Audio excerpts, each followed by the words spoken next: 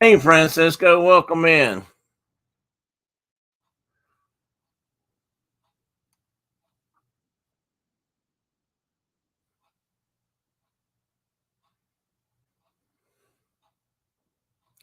Well, I just washed my beard and I can't do a thing with it.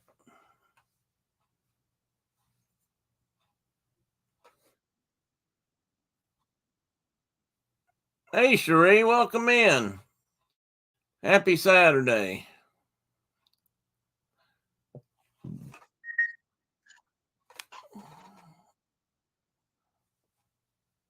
Tina,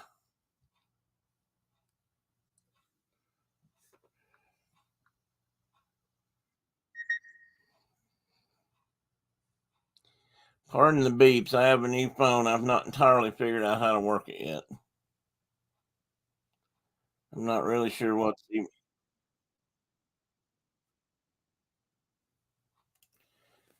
I'm not sure exactly what those beeps are for. And not even what I wanted to have on there for a beeps. Beep beep. I need to turn it down, I guess. Brenda, if you're on here, don't help me remember to turn it back on later. How's everybody this morning? We've got East Coast now. We got coast to coast. We got Surfer Girl in Myrtle Beach, and we got Francisco out in California.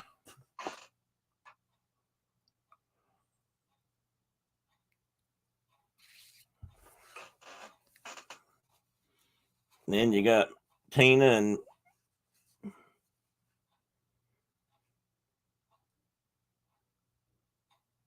what do you call that, Tina? Would it be north? It's northeast, but it's not part of New England. New York's not considered part of New England, is it? Oh, that I understand, Cherie. Hope you guys had a good trip.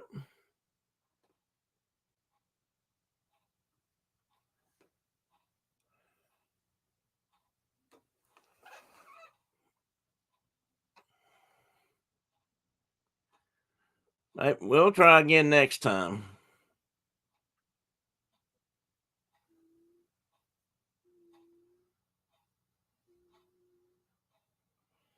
All right, buddy.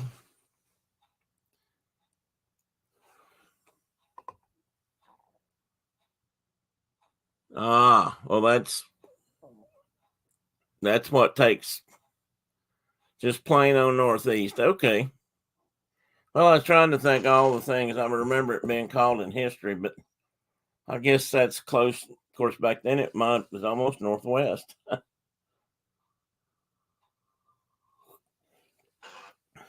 lot of history books about New York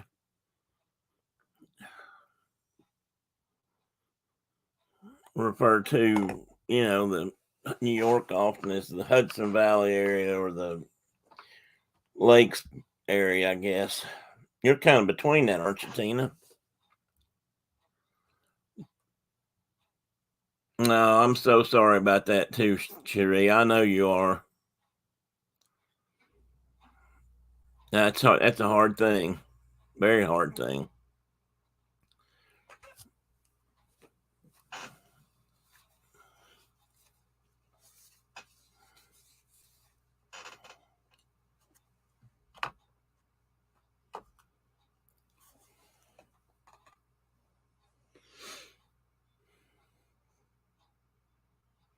Oh, you're welcome. We've been there and done that. It's ah. Well, you're gonna have to wait and find out, Tina. That's a secret. Not yet. Just not yet. Not yet exposed or deposed or whatever. I'm not telling yet. Hmm. That part of me thinks I did not comb my mustache.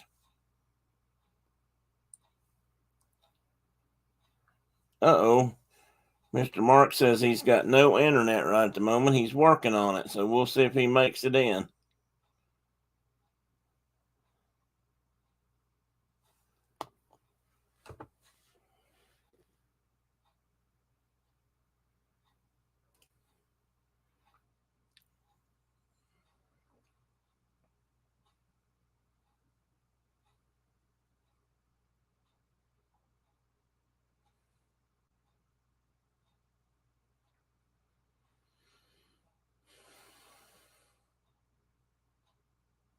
Are you still off today, Cherie, or are you back to work? Hello, Miss Brenda.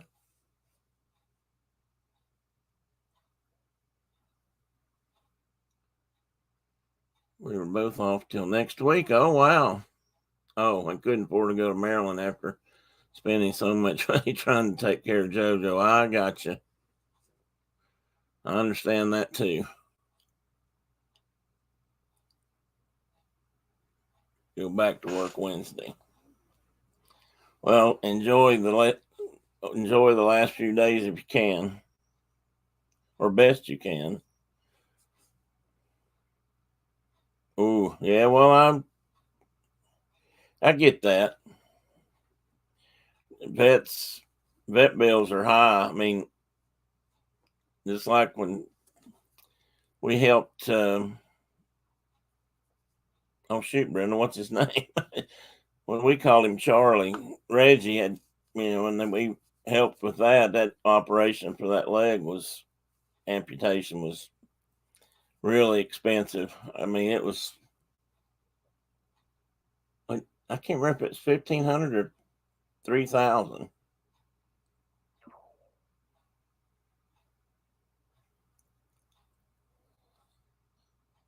We didn't pay for all of it, but we helped them pay for it. And some of you guys did too, which I greatly appreciated. Let me send Mark a note.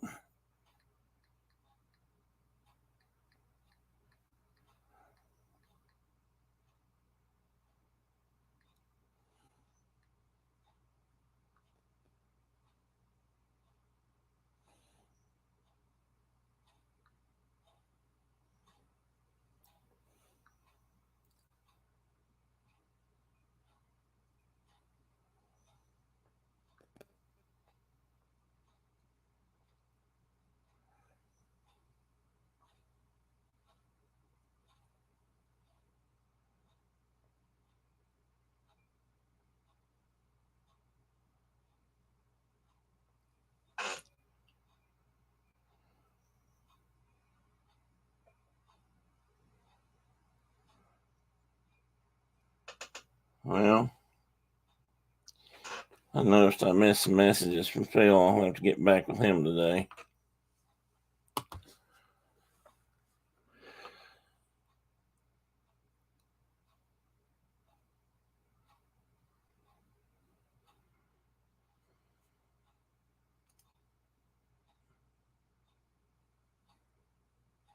Hey, Doug, welcome in. Zippity Doo Doug has entered the building. And my foot's down here doing stupid things. Oh, I gotta figure out a better way to store Kleenex, Brenda. My stupid foot keeps knocking them down.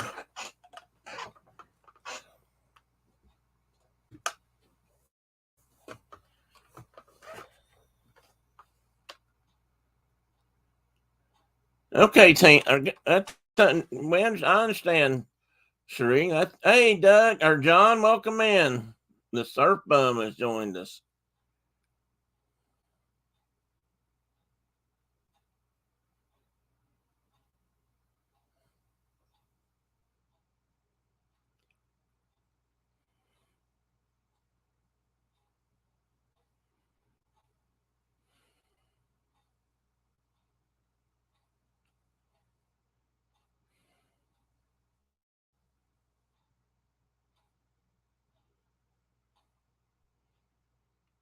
Yeah, I appreciate you coming by, Cherie. You might save up some of your data. You might need it later.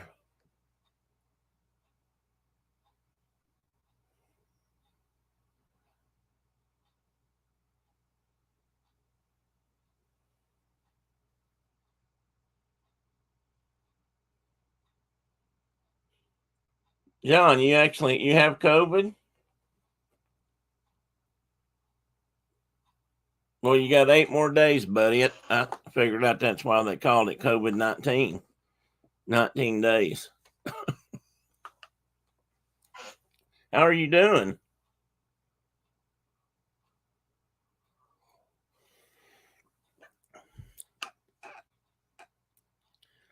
Something strange about my coffee this morning.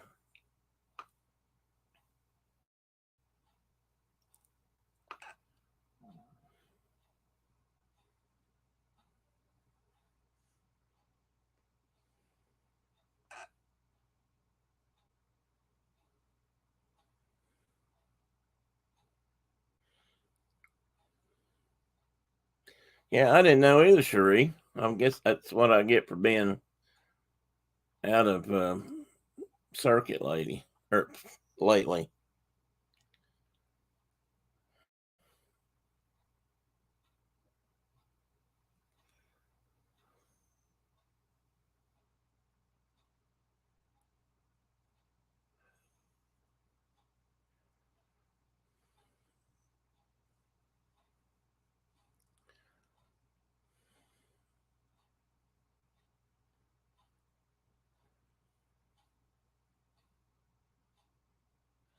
Oh wow, John. Nothing like razors in your throat to make your day go well.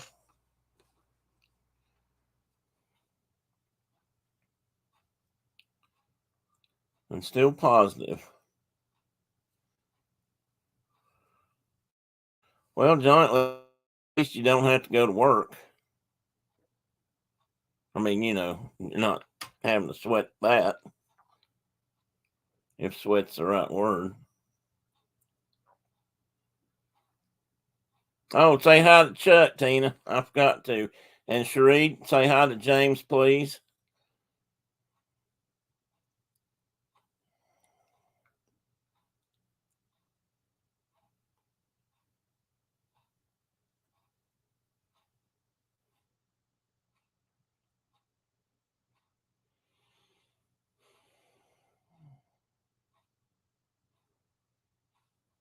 Oh, no.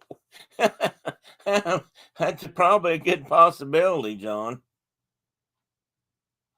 Oh, okay. Yeah, don't wake him up on my count. And if you do, don't you tell him it was my idea. Oh, hey, James, I didn't realize you were driving. So are you guys on your way back home, Cherie?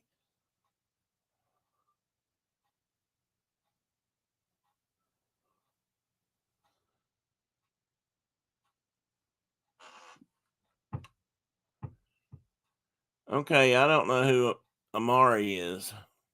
I don't think. Like I said, I'm way out of touch.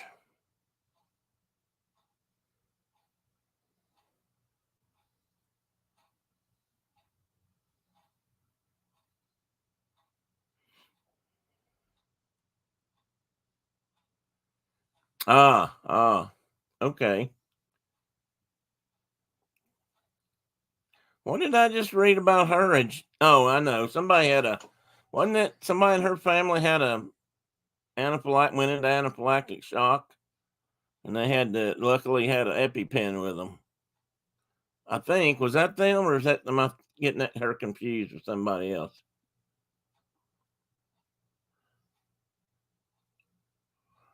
Yeah, you probably will, John, but just watch that stuff. It's got a bad habit of popping back up in some people.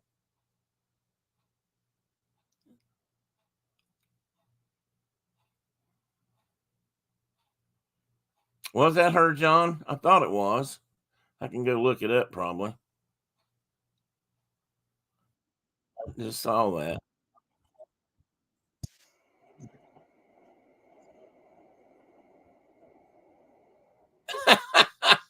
I didn't mean for that to come on, but that makes sense. Brenda tells me that all the time. I, Darling, I'd get up and get you something to drink, but the cat's in my lap. I can't move. She's probably already back to sleep. I haven't heard a word out of her since she said hi.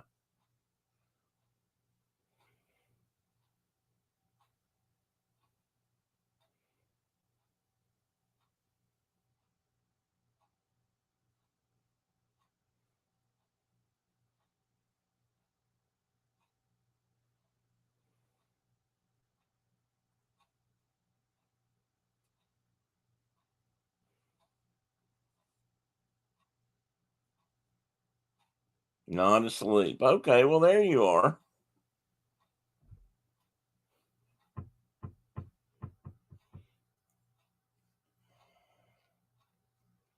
Well, yeah, you've missed John and Cherie and, well, maybe you didn't miss Cherie.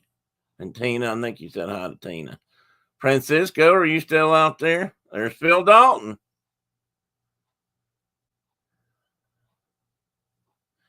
Okay, Phil. Thanks. Hey, and I'll get back to you on that other stuff. My phone. I hadn't had a phone till Wednesday or so this week, and I'm still trying to catch up on getting stuff downloaded and messages. So if you got something from me in the last few days, it might have bounced from several days ago. Hey, the Little League World Series started. Some of it's going on now. Not the finals, but the regionals. And softball starts today or tomorrow. I was going to look up first. In fact, the first games may be on right now.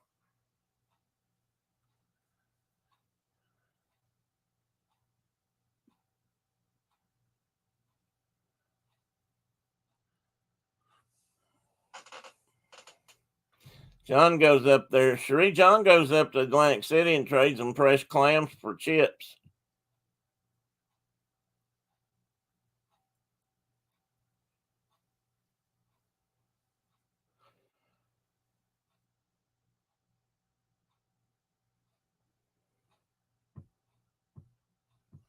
That's a lot closer for you than it would be for us to go to not Pigeon Forge, but Cherokee over the mountains. Just getting over the temple. Oh, yes. I forgot about that.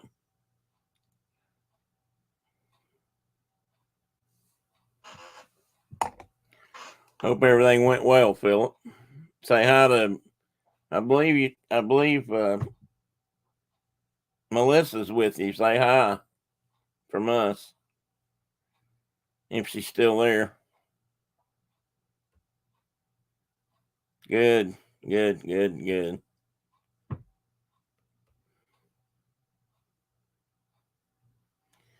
That's just about the most fun thing in the world. Well, actually, that part's pretty good. You sleep through it, but the prep is prep sucks. Let's just be honest. Okay, I'm gonna go. Hope everyone. You too, Cherie. Be safe on the rest of the way home, and I hope you can need to rest up for a couple of days, probably. So take care.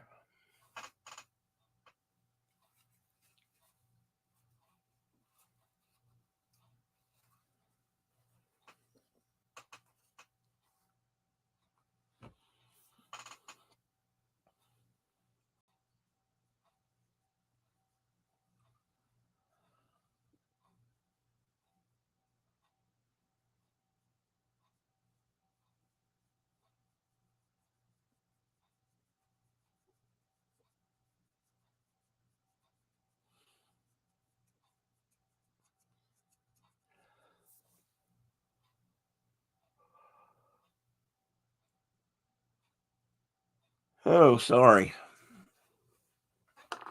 Oh,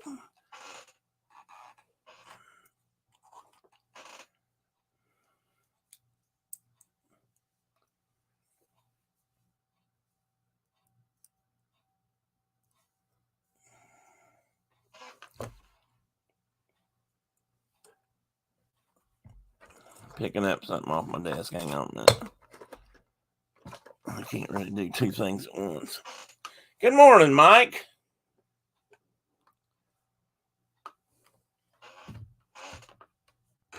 Is Alexander still at school or a camp?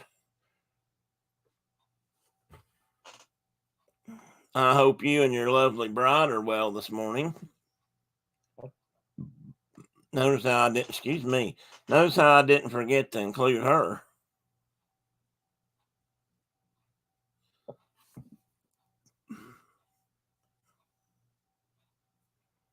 Goodness.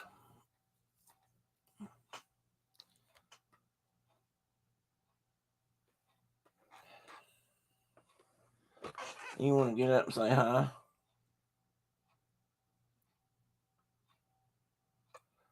His last day was yesterday. Well, how'd it go? Did you enjoy it? I don't remember if you said, was this, it didn't have anything to do with airplanes, did it?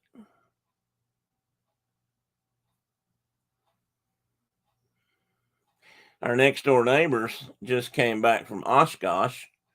That's the EAA fly-in. Some of you know Chris Blue Nose or Onyx 87.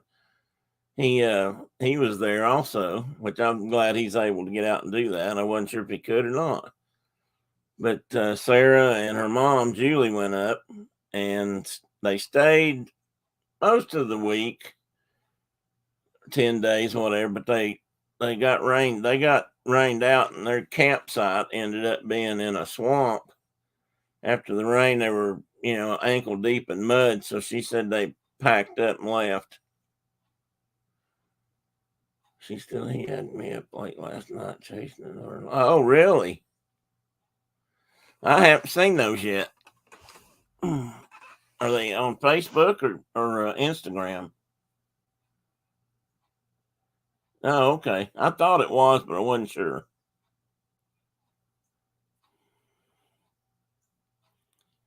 I'll have to look for those pictures.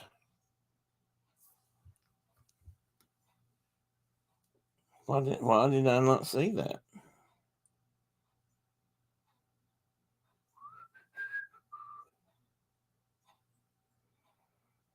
In case you're wondering.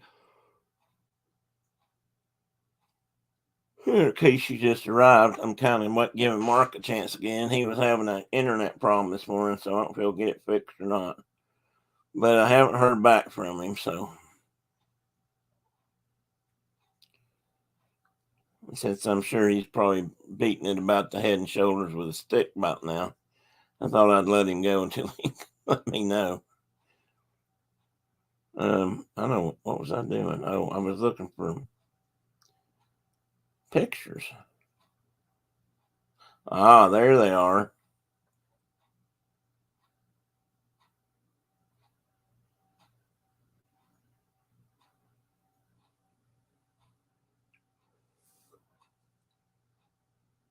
Oh, sorry guys, I can't stop yawning.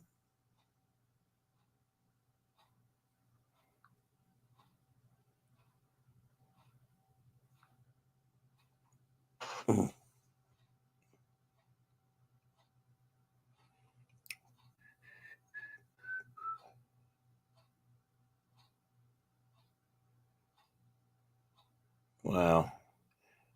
I don't know if those are new, if those are the last time, but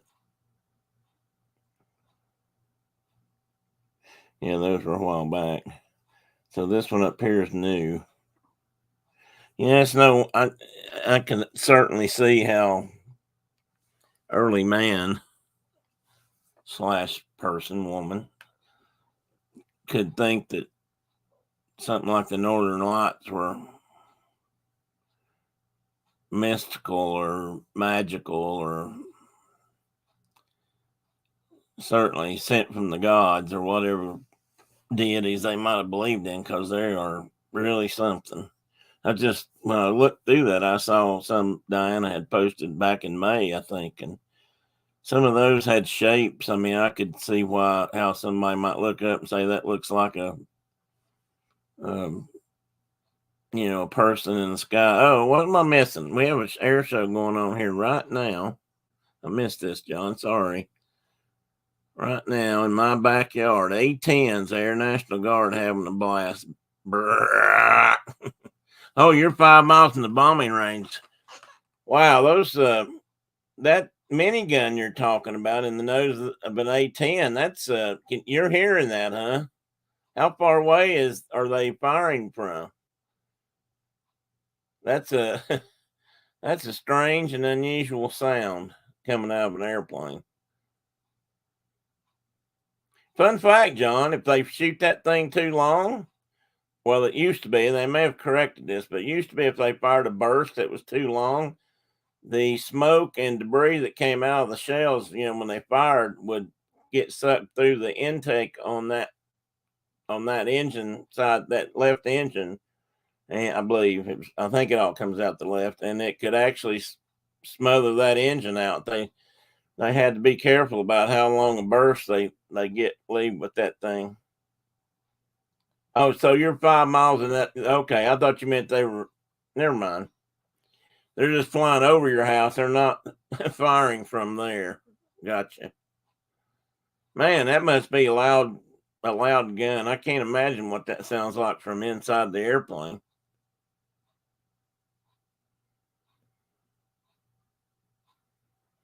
That's some airplane.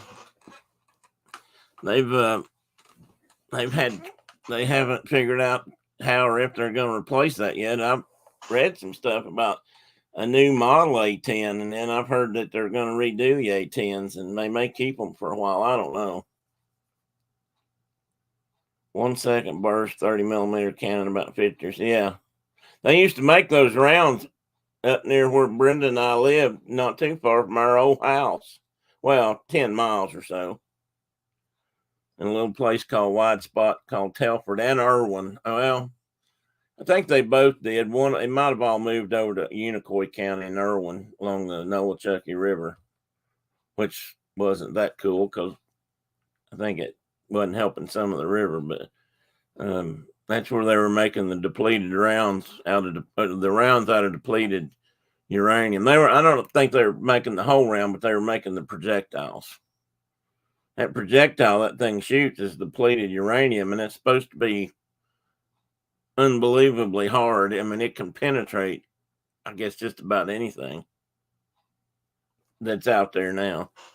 They're hell on tanks, I know that, and other vehicles.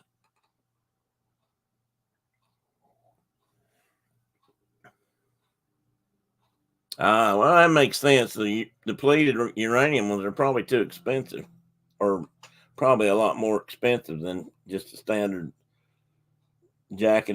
copper jacketed round or a brass bullet shell, whatever you want to call it.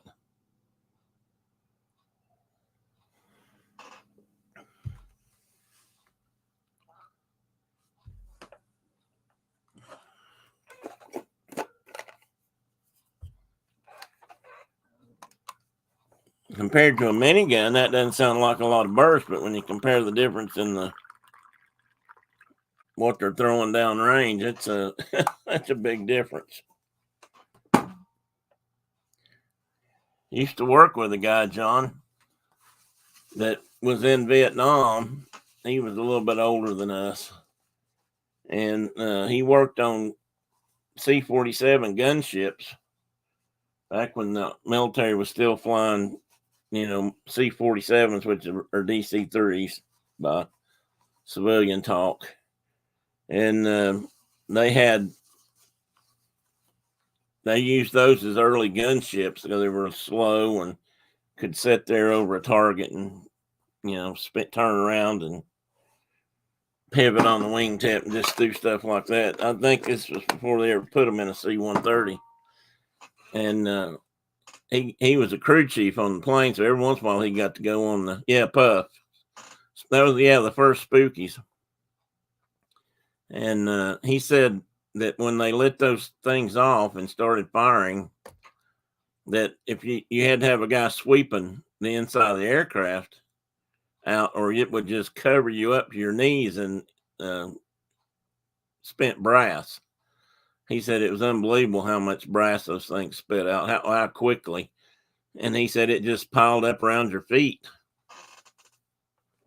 So they swept it out the rear door, which was, I guess, open all the time. Some I've seen actually had a gun out the rear door.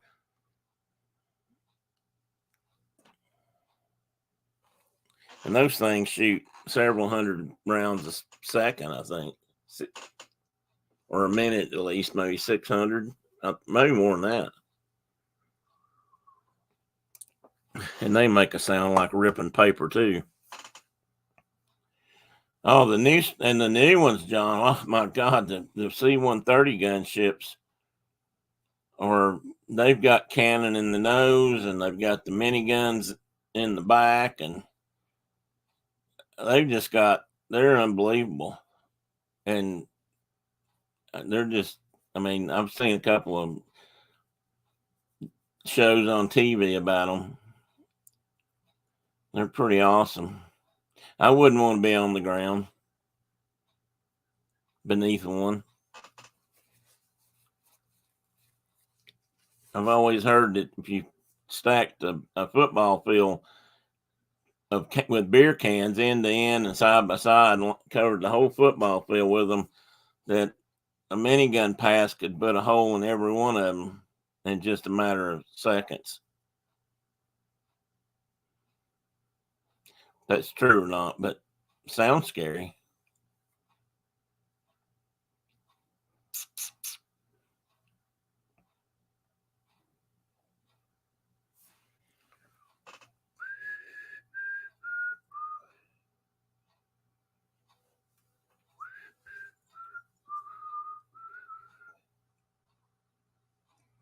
Just gonna check, make sure I hadn't heard from Mark. Didn't hear the beep.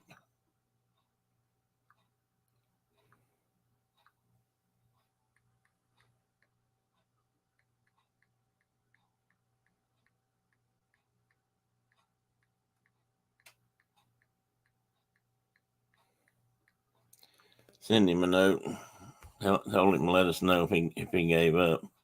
Yeah, now they use the C-130. That's what I was talking about. They're just amazing.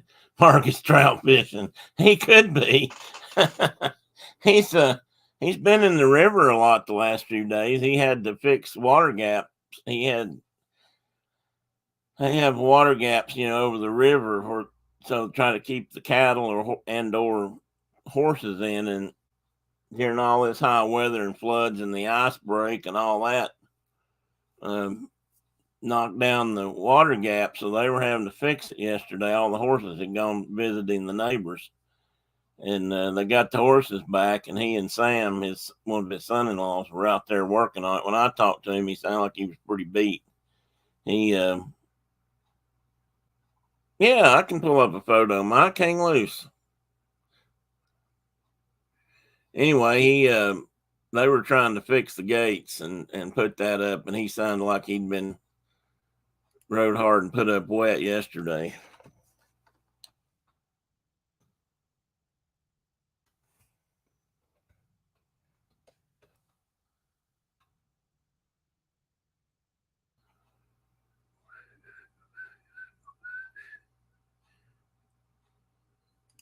Let's see here, Mike, if I can find a good one.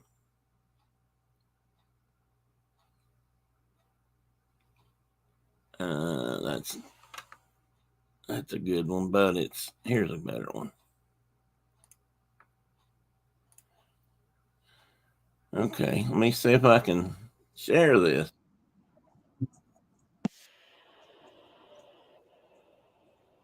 No. Oh, no. I lost my picture. There it is. All right, Mikey. Now, this is the old one, Mike. This is what they used to look like. And while you're looking at that, I'll see if I can pull up another one. Now I'll pull up the C-130. Oh, I didn't see. So you can see the gun sticking out of those back three windows, Mike. They just take the plexiglass out. This wasn't a pressurized airplane. And we also call these a DC-3. Civilians called it a DC-3. Military called them C-47s, and they were just a little bit different. This one, if you look real close, you can see an extra set of hinges back here by the U.S. Air Force markings, and that's part of a cargo door that opens to the front and the back, and they'll open that. They used to have to open that and sweep out the brass. Now, I don't know if they have rectified that problem or not, but back in those days they did. And this is not a very fast airplane. It's relatively slow. It was fairly fast in its day for what it was, but time and technology caught up. Hey, buddy, caught up with it. And but it did a good job for that, because they could just put the wingtip on a target, basically tip it over and just kind of pivot around that wing and just open fire, and they could cover an area that was just unbelievably small. And that's an AC-47 gunship. It's got, I don't know if you can read all that or not. They're referring to it as a, well, they say they've got a C-130 there too. No. Are you guys seeing the slide?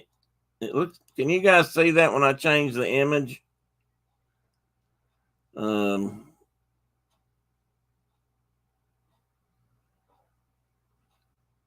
oh, they flew this one over Oshkosh in 2021.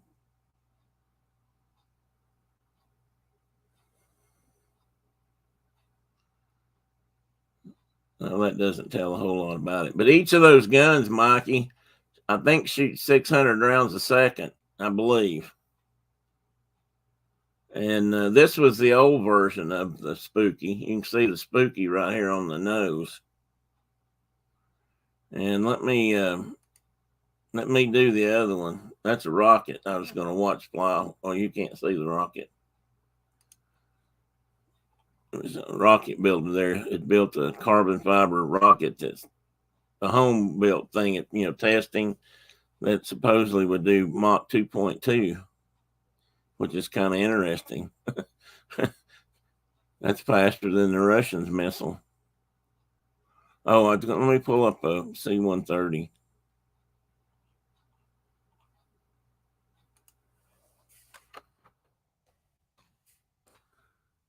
This thing is a monster. Oh, here's a real good picture of it, Mike.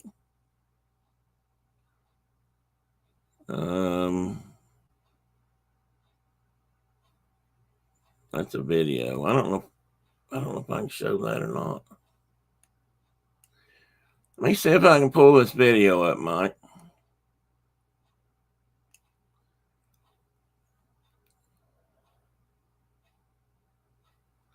This might be a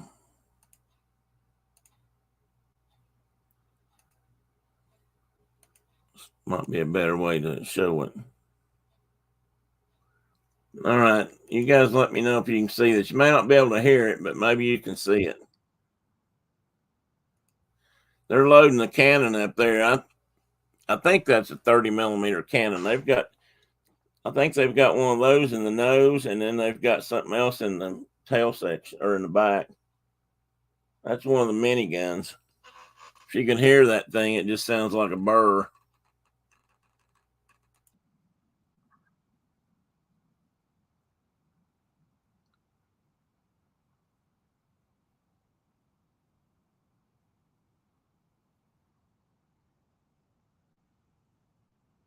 Yeah, and a 105.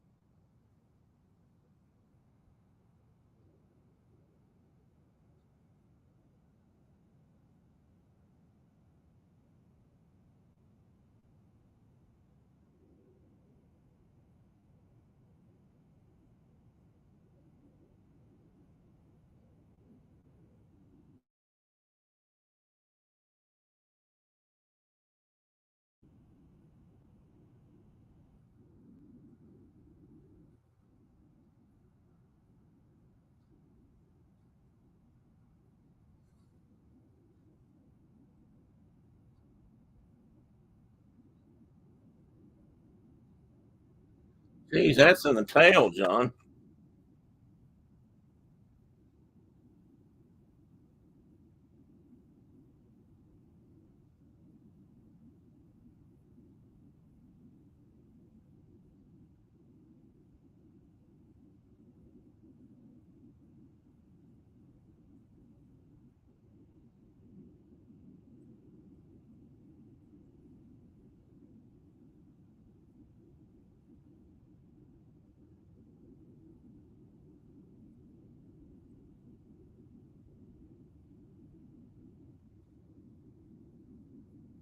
Can you imagine that a 105 howitzer in the tail of, or in the yeah, the tail of an airplane?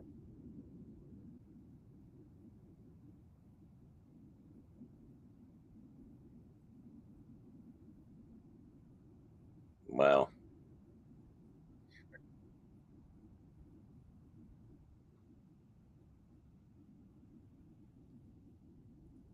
Can you guys hear any of that? No, you do not. No, you do not, John. If you guys don't hear that, I'm gonna tell you what some of that was.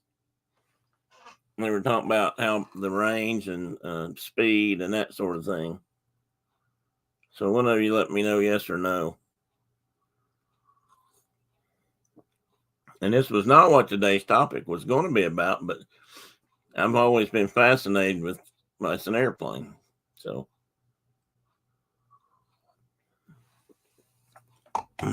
they're pretty amazing, Mike.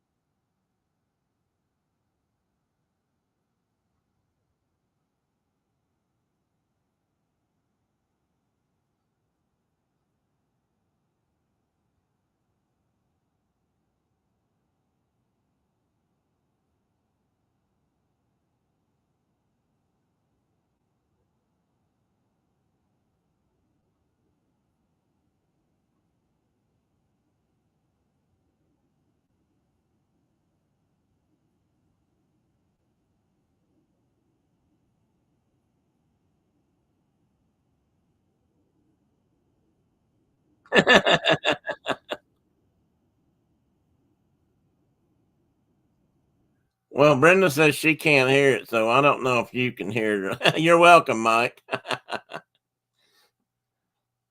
That's the 105 millimeter gun. The AC 130 that they're using today for these ships is the latest iteration of them, and they have a top speed over 400 miles an hour or 400 knots. They have a range of over 3,000 miles and can actually stay up indefinitely with refueling. Um, I guess if you feed the pilots or the crew, I don't know about what they carry in that regard, but they can refuel in the air and stay up for as long as you need them. So they can actually sit there over a target off in a distance for hours and hours on end, which they were comparing that to like an F-16. The gunship carries a lot more ordnance. It carries a lot of the same missiles and can stay on target a long time. And the F-16 can only stay on a target for about 30 minutes. So when supporting ground troops, which is one of the things the F-16 does a lot is ground support for the they as they're referred to these days as the warfighter, and so they're pretty impressive.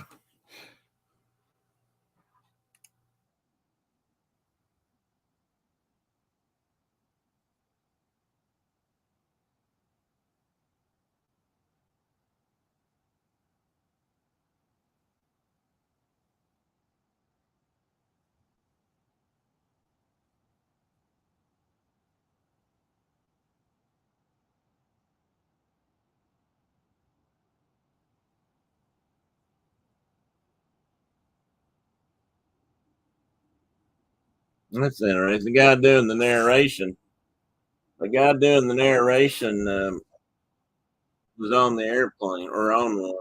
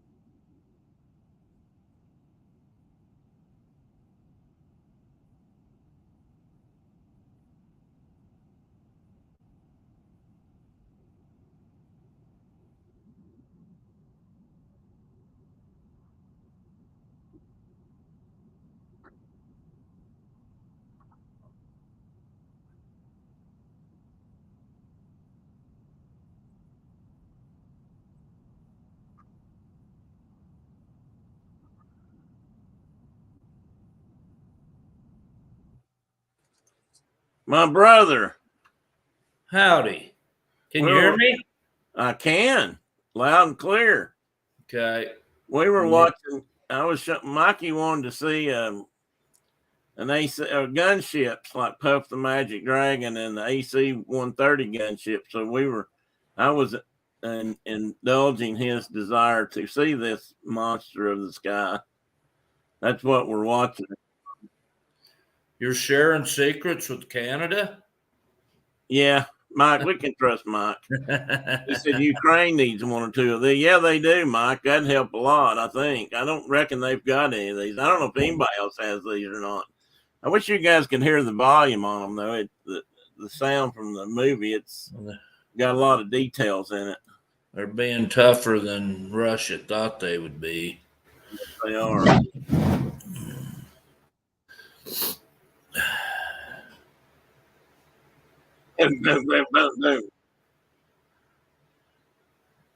That is just a spooky warship right there, buddy. Yes, it is. They've come a long way since the Vietnam days, and in the Vietnam days, they were a spooky warship too. Yeah, it was a C-47 in the early days of old DC-3, a lot slower, and all it had was miniguns. This thing's got miniguns, mini cannons, a 105 howitzer. I think this is a 30 millimeter cannon right here. I'm not filleting trout, John. I wish I was. Yeah, that's what they were saying. You were out filleting trout. I was actually like off the internet and thought the internet was down for good, and I was doing dishes.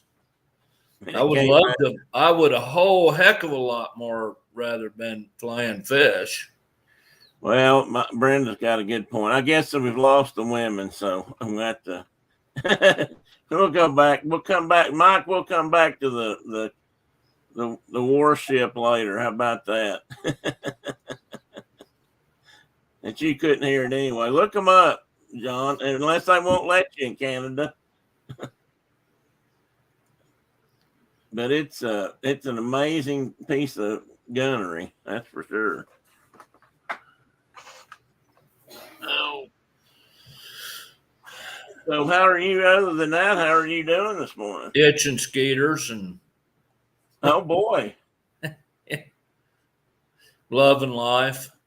I don't hear any traffic. I don't hear little footsteps pitter patter. No, they're oh, they are there though. Well, yeah, I'm looking to see. We had to fix a water gap yesterday, and the boy's horses and his mule are looking like they're getting ready to go on a wander, but I don't know where they're going to go. They got to quit listening to that mule. He's not in the lead this time, so I don't know what they're planning. I don't know what kind of evilness they're planning right now. But yeah, but he may be putting ideas in their head. But anyway, so I'm back.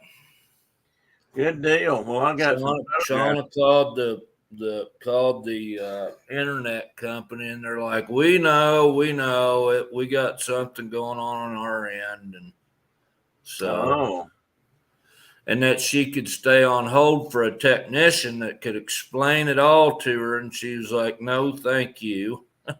That's quite all right. That's all right. Just fix it. Yeah, it's deadly, Mike. I mean, deadly's not a nice thing to talk about necessarily, but that's deadly.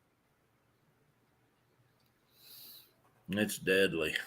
I don't know if Tina's still in here. She was in here a minute ago. She asked me about the water bear part, and I wasn't going to tell her till I got to that part of this morning's discussion.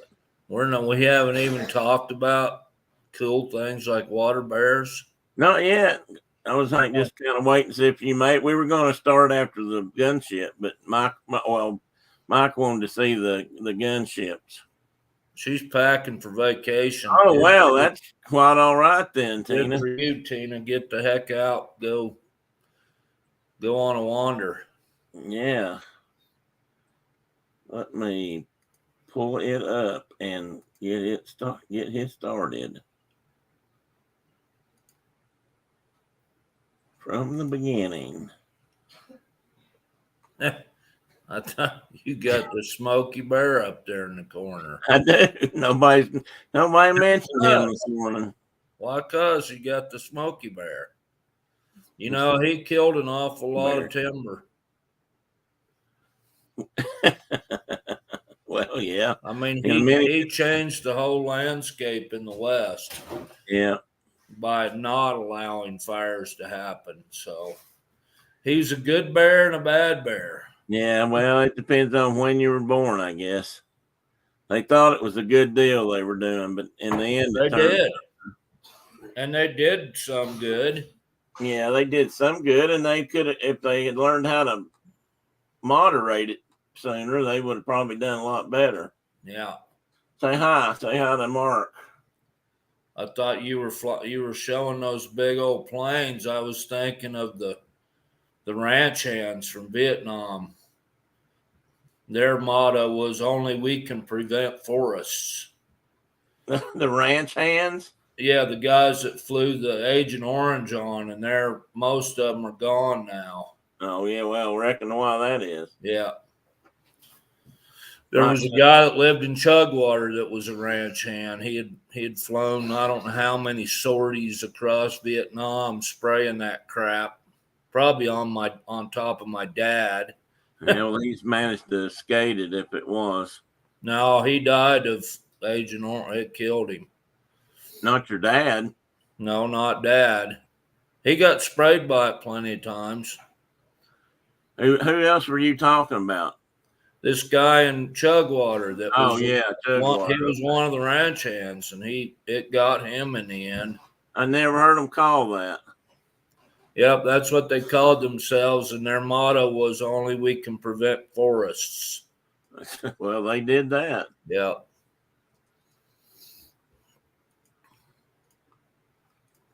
Nasty stuff, that Agent Orange. Oh my God.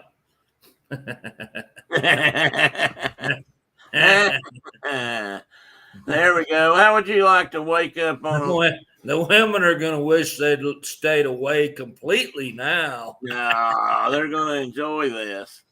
I hate that the others aren't here to appreciate it. Yeah, wake up with that staring you in your face in the morning. Yeah, or crawling in your sleeping bag. So that's part of what we're going to talk about today. Mark has had an earth change or a life-changing experience this week. And when I say that, we'll talk about how significant that is in a moment. As usual, consider hitting the like button, subscribe to the channel if you like what you see here, and leave a comment, because apparently YouTube really likes that kind of stuff. What do you think of I've changed my backgrounds, and I'm either going to keep them like this, which is a set of 3, or I'm going to change them back to my other one. I don't know, but anyway, I'm going to use these for a while. You can't see this one, but this one's the same as the first one. So I'm rotating them through. Mark woke up the other day and was laying on the ground playing with his puppy. And he rolled over. Huh? My puppy and my foal. And he rolled over and looked to the ground, and lo and behold, what did he see in the middle of his alfalfa pasture? Dead grass and holes in the ground. Millions and millions of holes, which I can't. You're going to have to resend me your picture. I don't have them on my new camera. Do you need me to send them now? No, but some later. But your 2 acres of holes, at least 2 acres. Your picture was better than this one, because I don't know if you guys can see this, but it looked like somebody had rolled around with an aerator, poking holes in the ground that were about an inch around or so, or maybe bigger. Yeah, they're about a half an inch, about the size of my index finger in diameter. And they're about an inch apart, and they're perfectly spaced like a honeycomb. And it was Yeah, honeycomb is one way to look. Hey, Michelle, welcome in. Yeah, hang on. Brenda wants everybody to see if anybody can find my big mistake this morning. She Well, caught you it. got that dang bear over top of stuff and you can't read your slides. Well, hell, let me take care of that. That's one mistake. I don't know what the other was. They came from the ground. What can it be? Why it even bewildered Mark Z. Hey, that rhymes. I'm a poet and didn't know it. Well, I'm not sure I see it either, Brenda. What page was it on? Miss It Mark. is August the 5th. Grab some coffee, find a spot around our fire, and I don't know what the rest of that says. Oh, round our fire. Sit down and let's talk. I don't see. She said I missed. Huh? She said I misspelled something in this week's topic, and so far I've not found it. Well, it must be on another. You must have been seeing like a pre-production page, babe. I don't see it. Came from the ground. I even know what the word was she told me, and I don't even see that word on the page.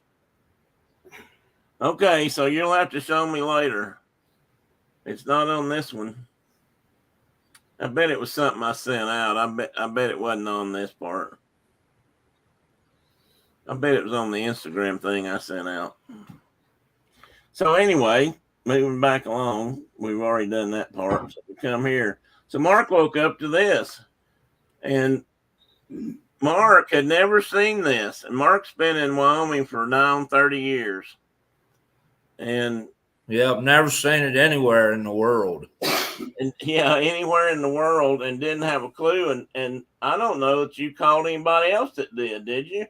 Well, so I thought it was insects because it was so regular, like a honeycomb. I mean, everything was so perfectly spaced.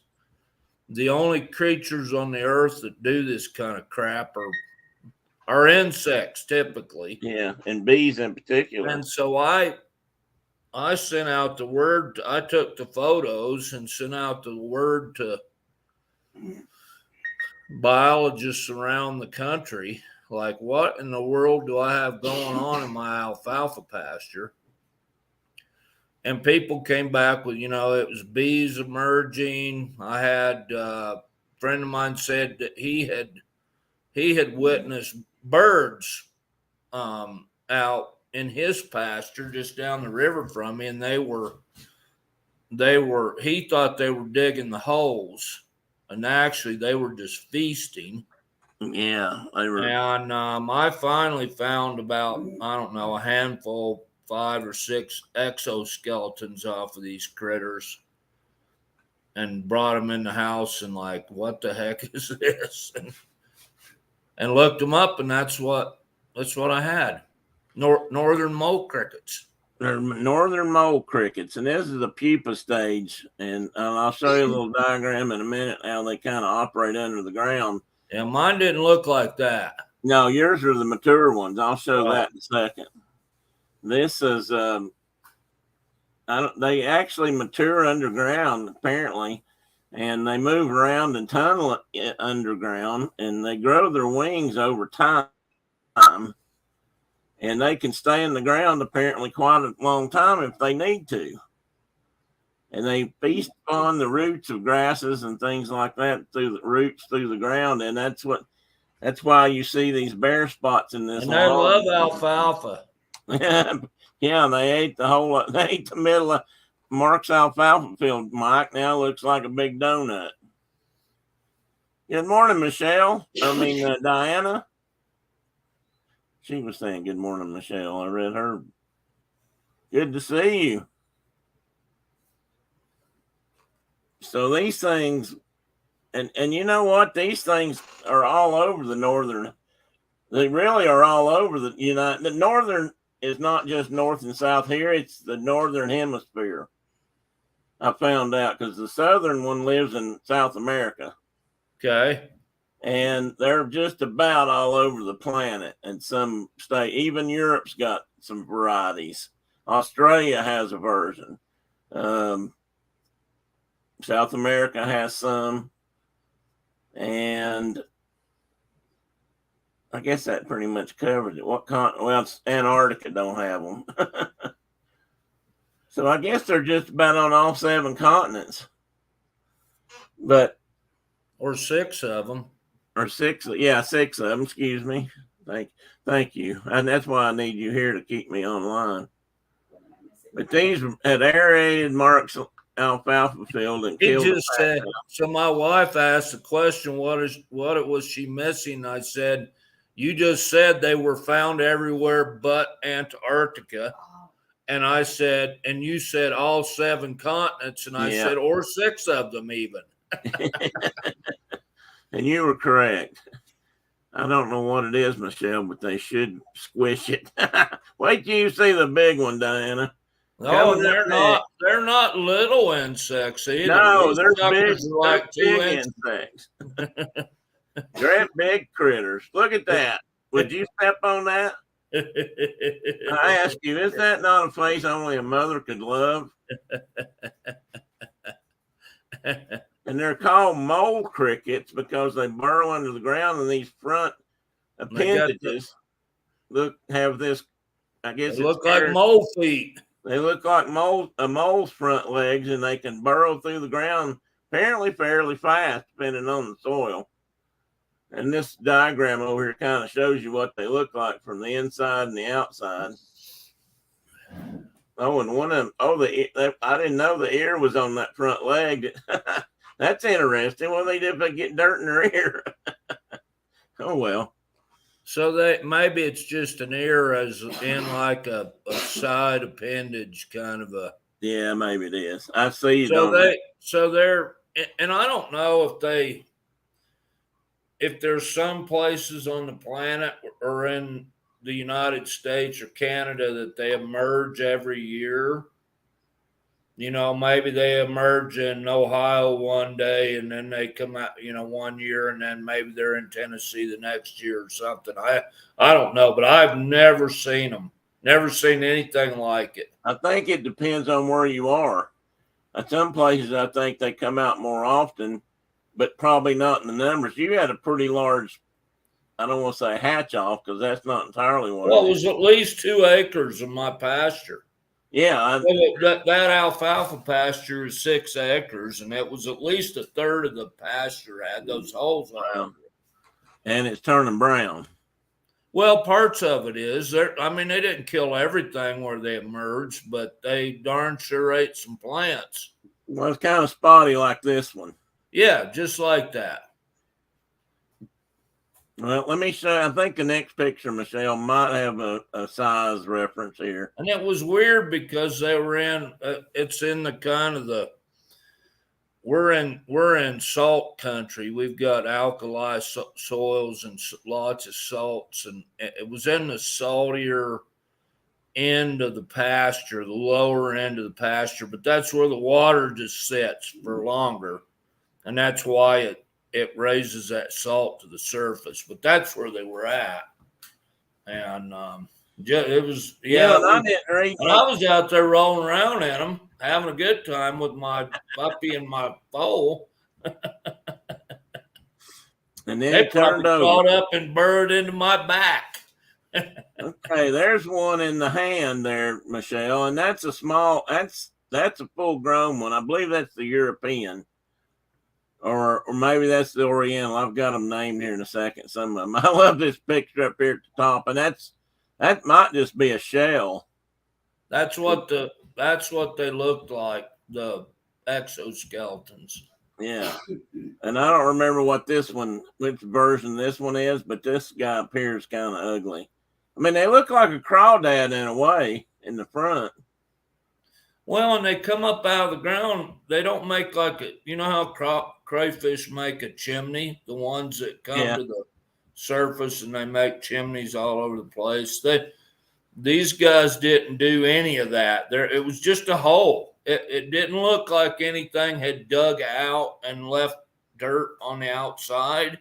It was just a perfectly round hole, and an inch away from it in all directions was another perfectly round hole, and I could stick my finger down in there, and I was kept sticking my finger down and trying to figure out if there was a critter in there, and I didn't hit bottom, so yeah, I don't know how deep they must go down pretty deep though. I was going to take a shovel out there, and so that the one on the bottom corner there, I don't know which side of the screen it would be. The one that says European male cricket, and then that picture right below it. This one. That's the one. That's what they look like here. Well, that one is supposed to be an Aussie mole cricket, but that's very similar to what you showed me. And then these up here are different varieties also. This one up here may be another Euro. And this one down here is an Oriental, and you can see it's a lot smaller. And I don't know if they can bite you or not, but they're pretty good size critter. They look like they ought to be able to. I would think so, but maybe not. This is an early drawing of what they look like or how they operate underground. They lay their eggs. That's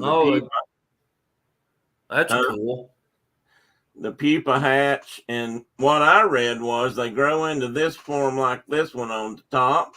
Yeah. No wings, and that's what they run around underground like this for a long time, and then their wings sprout, and then they come out of the hole and shed the shell and take off. And go on a wander somewhere. Yeah, because you saw no live ones, did you? Not a single one. And they, it was obvious they had just emerged.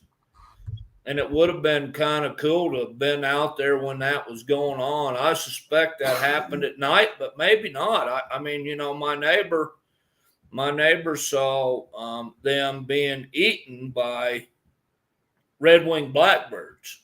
Oh, I bet he had a whole big flock of red-winged blackbirds down there, just picking them up as fast as they could pick them up. And I just wondered if they, and I'm making all this up because I don't know a darn thing about them. I didn't even know what they were, and it was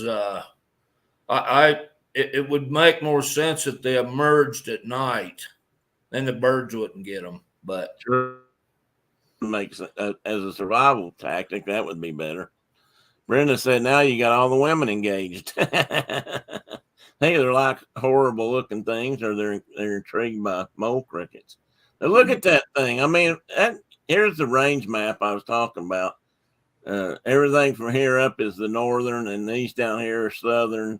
You got a variety in Australia, and then you got this European version with some Asian variations down here in Vietnam and along the coast, I guess. I'm not sure. They didn't divide that range up very well. But, you got some in Africa. I forgot to mention Africa. That was the other continent besides. That still only makes 6. But anyway. Oh, no, they're not on Greenland. And the Greenland count now as a continent or not? I don't think so. Yeah, it must, because there's only 5 here. 1, 2, 3, 4, 5. No, 6. Asia counts. Asia and Europe are split, aren't they? Yeah. Okay. Anyway, I didn't want to show that yet. Anyway, you can see that there's varieties of them all over the place, and they can do damage if they come out in mass quantities, just like they did to Mark's alfalfa field. And you can only imagine what they'd do if they came out. If they really came out in a flood. And once they take flight, I think about all they do is mate and die, or at least the males. I don't know. I didn't read anything that said they swarmed through the valley and ate all the Mormon corn or anything like that. I guess the Mormon crickets that take care of all that. Yeah, this is. They're not. Who knows what they do? Yeah, well, that's just it. And I didn't see a lot more I mean, I could have read on about it. I was more interested in this stage, but I really don't know. They didn't. What they do after they come out of the ground is kind of a mystery to me. But if they're like a cicada, which I'm going to we'll show here in a minute, then it was kind of fun to have a critter come out of the ground that you didn't know. I had no idea what it was related to, nothing. And then everybody I talked to in my circle of biologists, none of them, male or female, knew what the heck these things were. Some of them got pretty close. We had one of the gals from over in eastern Wyoming would talk about Mormon crickets, which I don't know if they're related at all, but I don't know. They kind of, well, Mormon crickets are actually katydids. They're not crickets. Ah, okay. So they're a katydid species anyway. There you have it. It was cool. It's nice to run into stuff every now and again that you're like, I have no idea what that was. Well, and some of your former workmates and buddies couldn't believe you didn't know. So you didn't know what they were. They figured they were in trouble. That's what they kept saying. He's either it's either a true mystery or he's lost his mind. That's what they said.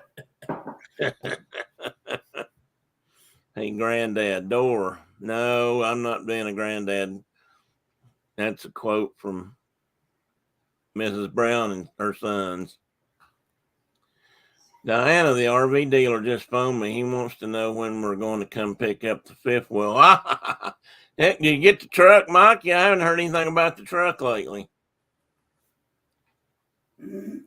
Anyway, let's move down to the next slide. I'm going to go to. You mean the stupid fifth wheel, don't you? It's the one with the horse accommodations in the back, isn't it?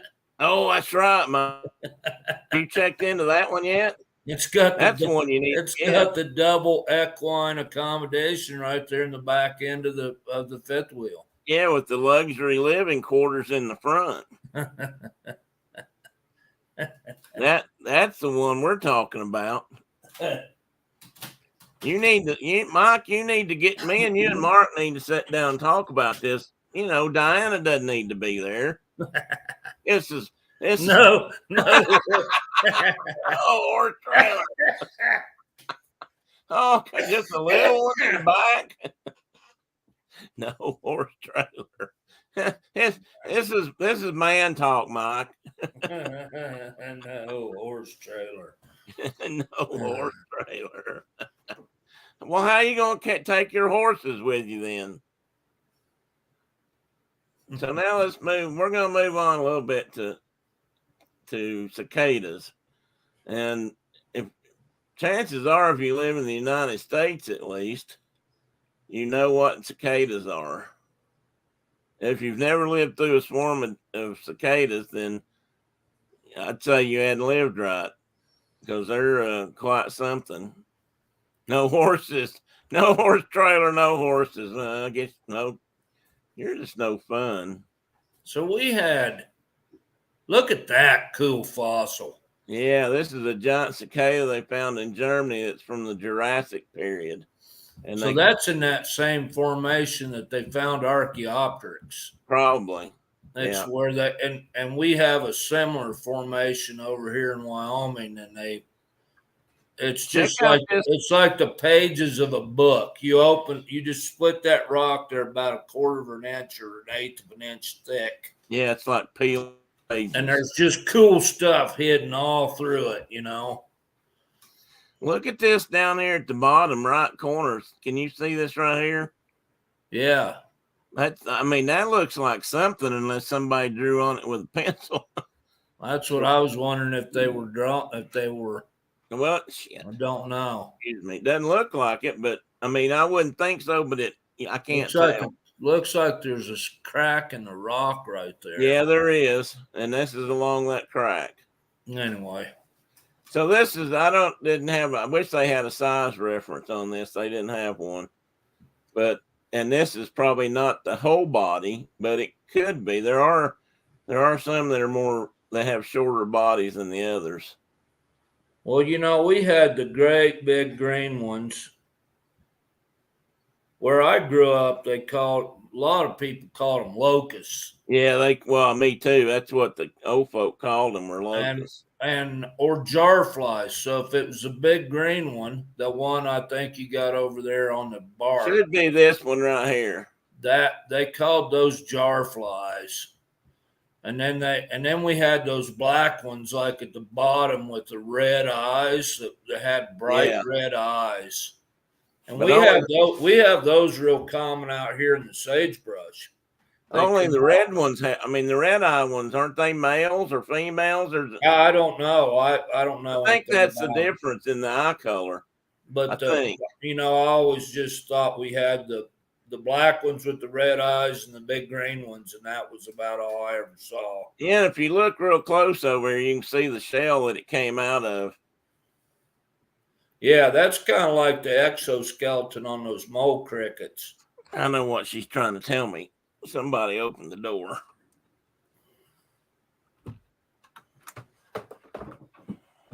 There. That's why she kept saying door. I didn't realize he had opened it. She's trying to talk Diana into getting one of those little bitty horses. No. They have no value. That's not what we're talking about. That's what you get a dog for. Yeah. Exactly. Even I'm gonna have to put my foot down to that. But when I grew up, all I ever really knew about was these shells right here. Because you'd find those on sides of trees where they crawled out of the ground. And you might, on any given year, you might find one of these just every once in a while. But when it's time for birth, or not birth, that next stage of life, and you get what people call the 17 or 16 or 13 or 7-year locust. 7-year, 9-year. I've heard every year. Technically, they're 17-year locusts. These things are, the females lay the eggs in the tree bark. And then when they hatch out at some stage, they climb down and burrow into the ground and become something that looks like this over here. And then when they're reaches 17 years, they pop out of the ground and their wings unfold and they look like this guy right here or this guy down here. And man, so when you always had some of them. Every year we had, especially the big green jar fly one. We always had some, and then you'd get those years where those little red-eyed black ones would come out of the ground by just the gazillions, and you couldn't hear yourself think. It was so noisy outside. Yeah, when there's a hatch going on, or not a hatch, but a swarm, and they're all coming out, and that's the other thing. See, they could come out on any given year because there's different generations. They're staggered. There's different generations staggered all over the place. So they make good fish bait too. They make good fish bait. Fish go nuts over them when they're out. You can sit down under a tree in the right place, and as they fall into the water, the fish they're there to grab them. So we've got the one that lives in the sagebrush out here, and when the cicadas are really coming out, that's a good fly pattern for trout. They love those things. Mike says he needs to make sure that it has a toy hauler so he can put the Harley in it. We'll get the one with the horse trailer, Mike, and then when you don't have the horses with you, roll the Harley up in there. Makes sense. You're not thinking this through, Mike. You can get an e-bike, Mike. Then we don't need a toy hauler. Diana, you're just not playing fair.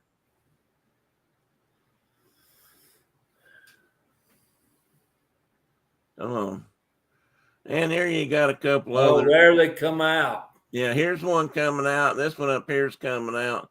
So you can see the difference. They're back I guess that's just abdomen back here, isn't it?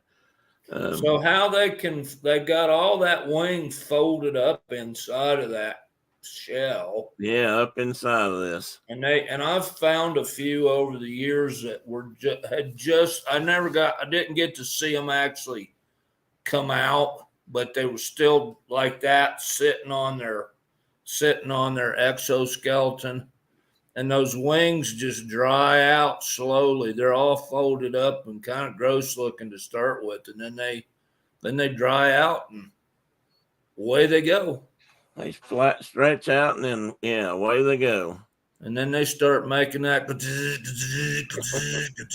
It's a god awful noise too when they're swarming like that, and that's their mating call. All the males making that noise, and they just raise hell.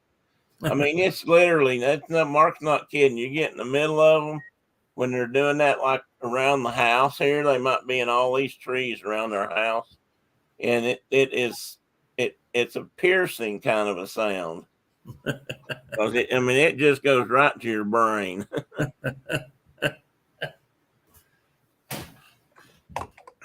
Man, Diana's putting her foot down today. No horse trailer or toy hauler. Well, Mike, I got to get more coffee on that note. Mike, we're going to have to talk about this, my friend. And this cicada at the top, I believe, is one of the European species. I had the scientific name for that and wasn't sure I could say it this morning, so I didn't put it on there. I didn't have a common name for it. But it's interesting because it's got these two patches right here on thorax, which are probably part of the sound chambers where they make the chorus they sing. But they almost look like fake eyes, so it might be to fool a predator, but that's pretty sure that's part of what makes them loud. I've got a diagram of it here in a second. But there's a couple jar fly. Yeah, this one. Yeah, and then there's the black one with the red eyes. Red eyes, yeah. Man, these things get. Did I ever tell you about in Nashville? We had at least 2 huge blooms of them while I was in Nashville, and when we take an airplane, one of our airplanes that we worked on models had this won't make any difference to anybody, but a Garrett Air Research turbine on it, which was high speed, made a lot of noise. It was very loud, certain pitch. That's why I can't hear anything anymore. But when we were out running the airplanes on our ramp, and these guys were there in a swarm, they would swarm the airplane. So they were attracted to it. They were attracted to it. And they would cover it up. And if you were outside, almost cover it up. They tried to cover it up. If you were out there working, you just had to pull them off of you constantly because they were always flying into you and grabbing hold of you. And we had to balance the propellers on those airplanes, which meant a guy stood outside the cockpit at the wingtip, and he had some instruments on the plane that would measure vibration, and he could tell even which blade needed to have a little bit of weight on it. And he got to where he wouldn't go out and do them because he didn't like bugs. And he said, I ain't going out there. Those damn bugs are killing me. And they would just cover him up when he was out there. It was crazy. I never seen anything like it. But it was the black ones. Yeah, I'm pretty sure it was these black ones. Yeah. Yeah. They're about half the length of the big green one. Yeah, and these guys maybe 3/4 of the length of that big green one. And these guys right here aren't, even wings and all, they're still not as big as your crickets. Maybe close, but not. No, those crickets were almost the size of that jar fly, that green jar fly there. They were big. Now, I didn't have a live one. I only had the exoskeleton, so they were pretty fragile. So it was hard to kind of tell exactly how big the thing was that popped out of that suit the Edgar suit.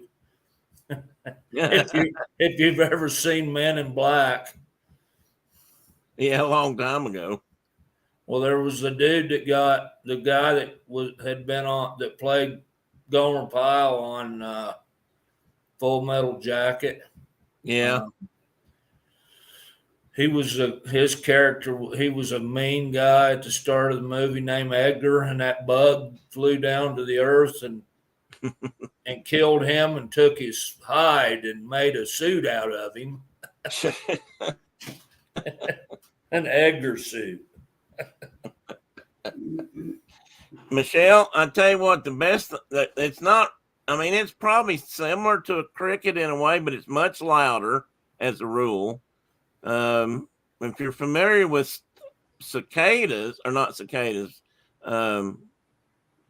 katydids at night, katydids are very loud, or can be. And these guys are kind of like that, only they're going mostly full tilt during the day. If you go online, I found a good soundtrack of them yesterday. If you go onto YouTube, you can, or online, just Google it. You can put in cicada song or chorus, and you can find it. And they have good recordings of it online. I've tried to put one on here, and I think I've got one here in my list, but it won't open up. And you Well, guys, it just sounds like a really super rapid series of clicks. It's not tweety like a cricket. well, that's Just, true. literally, it sounds like Yeah, but how'd that go? It's a buzz. Yeah, well, that's true, and it's really loud. I mean, just Yeah, it goes right through your brain. yeah, it does. And after a while, you really kind of get tired of it. These and the thing is, they don't last. The once they come out of that cocoon, they're only alive for a few days. I mean, even the body of this thing, Marcus, I think you were talking about the shell being fragile. I mean, the bug itself's not too sturdy. Here we go. This is a chorus cicada, which is, maybe a smaller version of those other ones. But here's how they make all that noise. It's in this thoracic chamber and all this area right through here, and that doesn't explain a lot of it. Through this, that's where their bones are hitting together. Yeah. And then there's room to amplify it, and it's just unbelievable. My wife let on that she really enjoyed the sound of cicadas. She always had them when she was a girl going to Nebraska. They always had cicadas, and she found it a pleasant sound.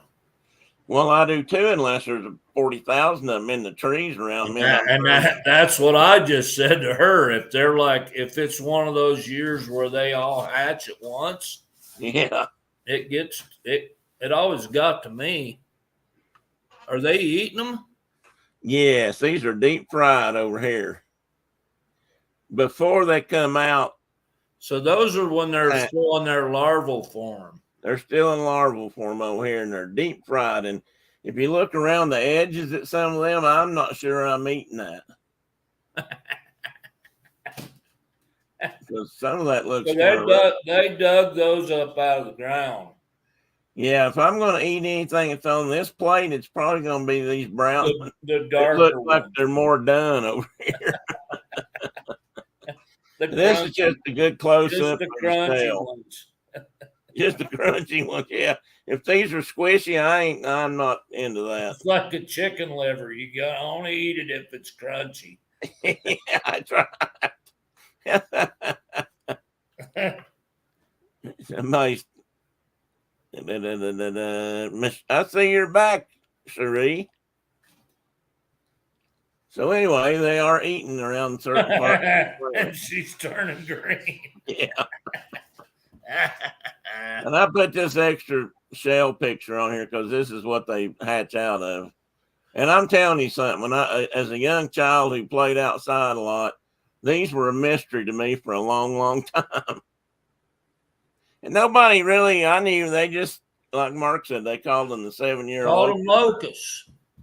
Yeah, they called them locusts, which they're not really.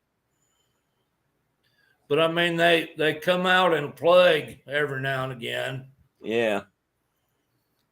And I don't know that they do any harm whatsoever. That's what I was getting ready to say. I don't know that they really, because I don't even know that the adult forms eat when they're out. They're just breeding. I think they just come out and breed and die. they're done. Yeah, or will lay eggs and then die. But and 17 years later, their spawn come out and make noise again. And they crazy. They're good aerators of the soil. Say hi to Hannah, Michelle. John's getting hungry. John is getting hungry. He'd like to eat some clams right now. Are you wanting cicadas too, John? And these guys right here, now they are cicada killers. And so you remember those bees? They called them good news bees where we grew up. Yeah. It was a great big hornet. Remember, I found a nest of them down there in that wood lot back in behind the church on the county farm. And that's what they are, isn't it? And I knocked one. I've seen them actually catch cicadas in the air and kill them. And I mean, they sting them all. They sting them all the way to the ground. And that bee, it's a big wasp or a hornet, and it's about, golly, they must be 2.5 inches long. They're big, huge bees. And I knocked one down at a nest that Troy and I found one day back when I was collecting bugs and insects and whatnot. And I knocked one down. I couldn't find it. And of course, we were barefooted. It was summertime. And I knocked another one down. I went to pick it up and I stepped on the first one. And it stung me. And that's the only bee in my life that's ever made me swell up at all. And my foot swelled up like an elephant foot. And it hurt. That's because you stepped on him. Otherwise, they wouldn't really bother people as a rule. Yeah, and I never had them. We could be right there around that nest, and they'd never even worry about. If it had been bald-faced hornets, they would have attacked you. But Mike, that's mean. I don't know that he don't deserve it, but that's mean. Look at here you go, Mark. A bucket of water. Yeah, John said John's had the COVID. He's 10 days in. No. Or 10 or 11. Yeah, he still got it. And so his taste buds are still out of whack. Yeah. So you could probably eat those cicadas. And it wouldn't make no difference to you. But anyway, these guys are out there and they lay their eggs inside the body of the cicada. Or one egg. I think they just lay one egg, isn't it? In each body they catch. I don't know. But that's the true jar fly right there. Well, yeah, but it's still they're doing the same thing with it. They eat it. Yeah, but I mean that's the big green ones we always had with the white belly. Hang on a minute. I've got a foot problem. I'm going to cut the son of a bitch off if it don't get better. Pardon me.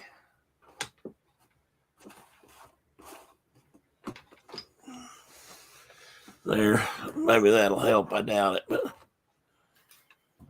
anyway, there's that, guys. Now let's see what I've got next on here. So these are all critters that have long.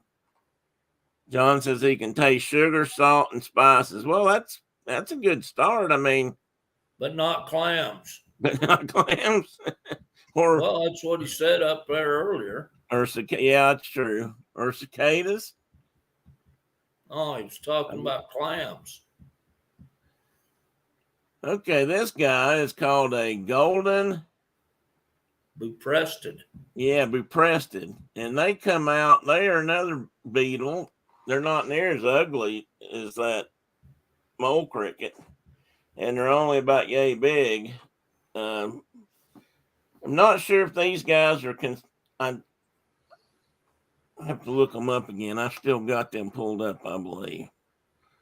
And this thing, another thing I should have mentioned earlier, but this is called diapause too, when insects can lay their eggs or their offspring and they pop up, 20 years later or whatever. This is a long phase of, I don't know, in some critters it's growth, and some critters it's just dormant. Let's see if I've got this one. Yeah, here he is. And he's a common northwest pest as the flathead borer, commonly known as the golden butterstead. Butterstead. And repressed, yes, what Mark's saying. Just let him say it. I can't really talk. And so this guy, and they pop out. I'm trying to remember how often they come out, and I think it's very rare, or it can be very rare. Stop. Let me pull up there's a lot of stuff from Missoula with them in it. Where'd it go?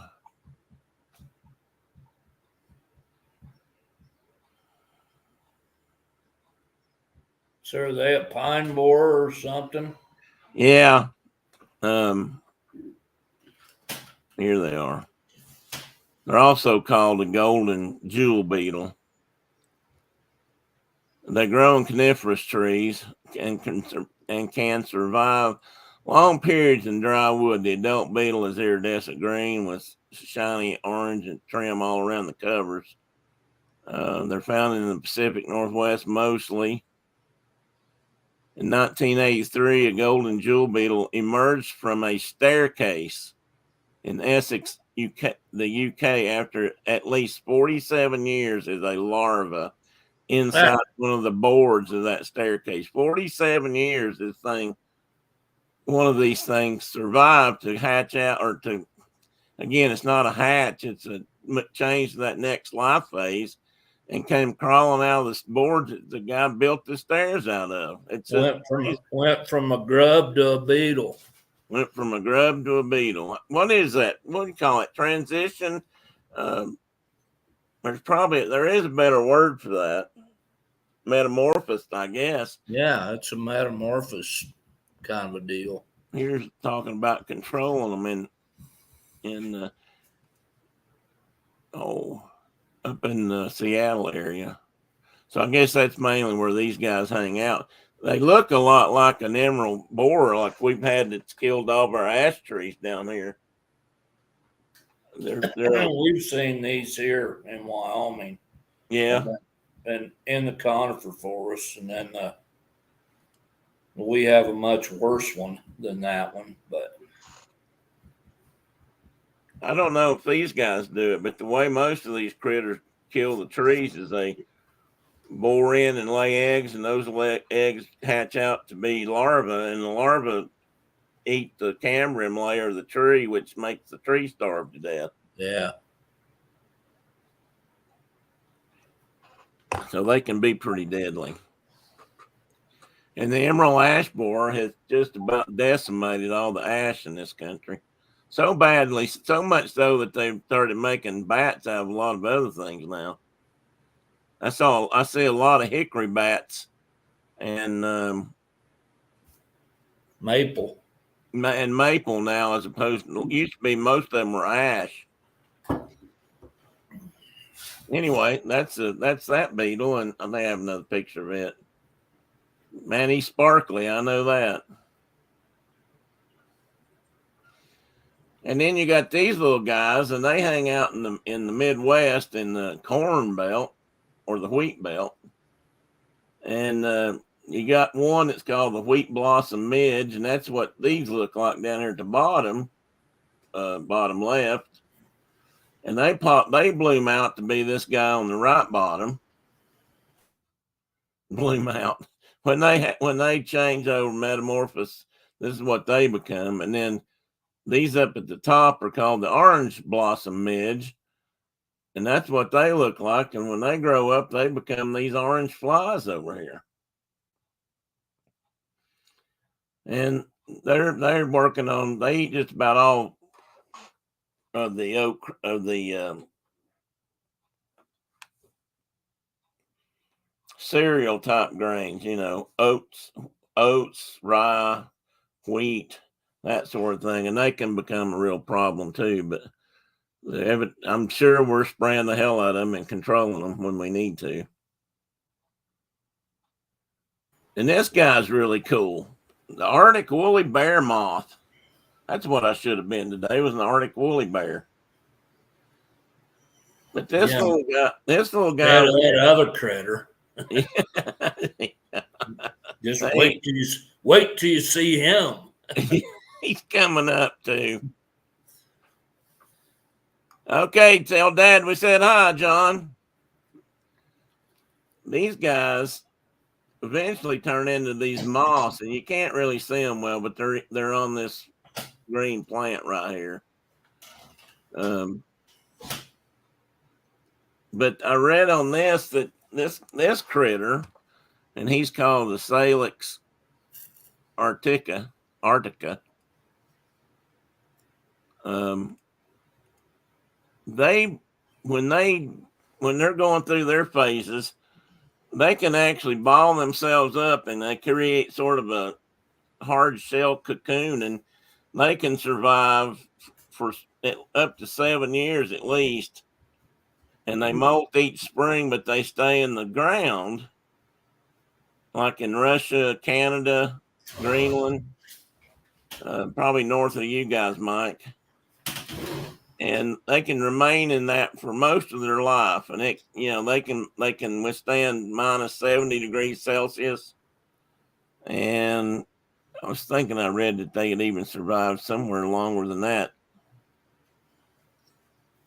They first discovered these in 1832 in beach on Fury Bay, northern Nunavut. John Ross on his Arctic expedition. There was something else in here about life expectancy. I was going to. Okay, here it is. So its life cycle is about 7 years. So once it's hatched out and got in the ground, they last for a long time. But they can withstand great cold. They were saying that, and they've sent them to space. I think these are the ones I read had been to space.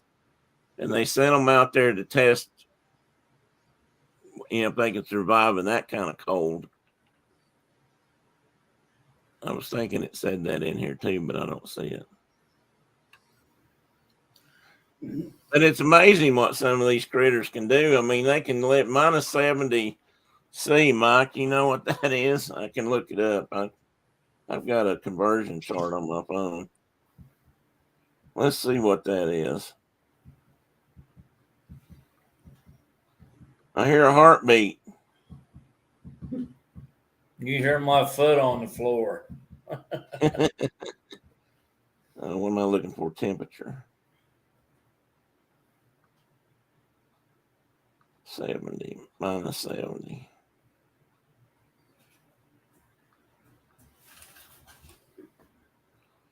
That's minus 94. That's pretty cold. And that's out in the open, I think. If they're buried, I think they can go further down than that. But they're pretty amazing critters, too. Here we go. Oh, my God.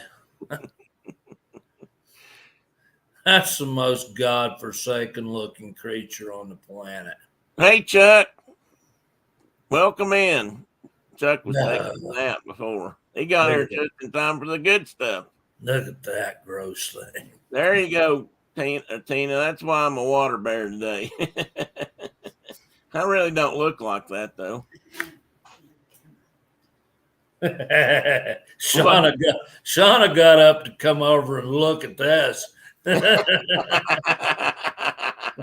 Well, if you're saying it looks bad, she knows it must be bad. I think 99.999% of creatures are cool. This one is not. Maybe not so much. Well, these guys are itty bitty, and they can live in moss and underwater. That's why some of them are called water bears. I think it's funny. You look at the snout on this one, probably the mouth, I guess. What is it? Well, it Maybe looks like its eye. Well, maybe it is. It looks like it's out of a Lego kit or something. It's just not right. Look at the claws on that little devil. These are the ones that the Italians sent to the moon? Yeah, I believe this was some of these guys. And they did their attempt to get to the moon was a failure. I think they probably actually landed something, some kind of a lunar rover or something unmanned, but these things were on it. But they never made contact back. They thought they survived. But how would you know? I don't know. I think I just had a bird hit the back door. The sliding glass door. Let's whack. And this guy, well, you can't see that guy. Never mind. These guys are called, how did we decide they say it? Tardigrada? Tardigrada? They can be called moss piglets or water bears. Tardigrades. Tardigrades, yes, tardigrades. I always try to make them hard. That's why I can't Water bears. Water bears or moss piglets. I like water bears better. They found, this is the critter that they took out a piece of moss that had been in the museum. I'm trying to think if it's been in long enough if it's at the Smithsonian or somewhere up north. But anyway, they'd been in this piece of moth. This piece of moth had been in the collection, dried out for 47 years, I think they said. And they moistened it and put it in an exhibit and started it back up, trying to see if it survived. And they got to looking in it. And after a while, these critters reemerged and they were still alive or had hatched out or whatever they do after 47 years of being dormant in that piece of moss, which is just incredible. Well, and they live in the deep sea. They live in the bottom of the ocean. They live on high mountains. They live everywhere. They literally live on all continents. Literally. All 7, including Antarctica. I mean, they're pretty much everywhere. Mountaintops, deep sea, tropical rainforest, and the Antarctic, which is just, ain't much down there, sort of penguins. And probably in the fibers of your couch. Probably in the fibers. Well, or something similar. Uh-oh, everybody's getting a new couch tomorrow. Now everybody's getting the heebity-jeebities. It's ugly when even Mark don't like it. I've seen him pick up a lot of things, Tina, but I bet if this was big enough, I'm not sure he'd pick this up. I realize too that this photo in the bottom, I don't know what that's laying on, but that's magnified like a bazillion times. I mean, this image at the top is the female sheds her skin. This Clorox killed them. No, it won't. I don't think so, Tina. I don't know that anything. They can survive like nuclear radiation. Yeah. With no ill effects. So I doubt that Clorox would even phase. They'd probably just drink it. They'd take a shower in it and ask if it smells good. It's everybody's wandering around scrubbing stuff. I love this drawing, this little art piece at the top. Just moseying along, a little 8-legged micro bear crawling through the moss. It looks like it's angry. I'm not sure it could not look like it's. It looks to me like somebody needs to blow air in it and puff its face back out. And these are eggs over here on the left. And this, I'm trying to figure out. I looked to see if I could tell what this scale was, but I'm thinking this is micrometers or micromillimeters or something. I was going to ask you if you had any scale for what like an adult was. Hang on a minute. I got some information here somewhere.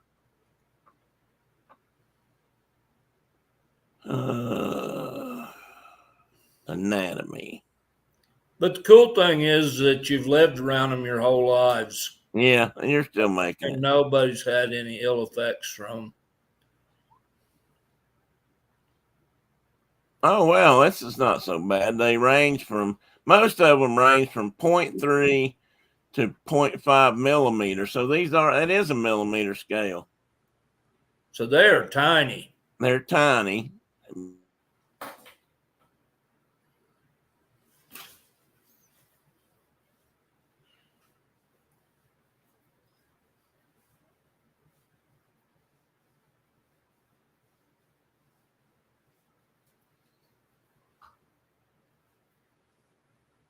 Where'd you go? Did you freeze on me?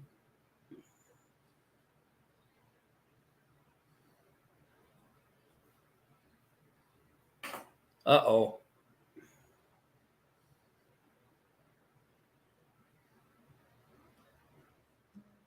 Well, I don't have the program, so I can't keep running it.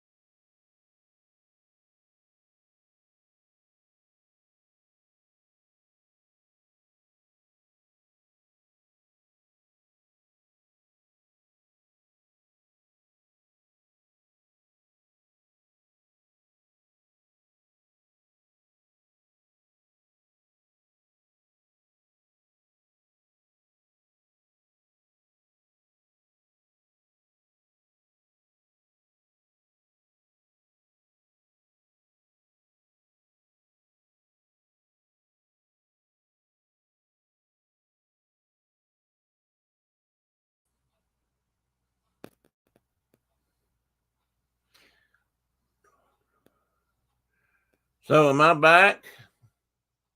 Looks like I lost Mark.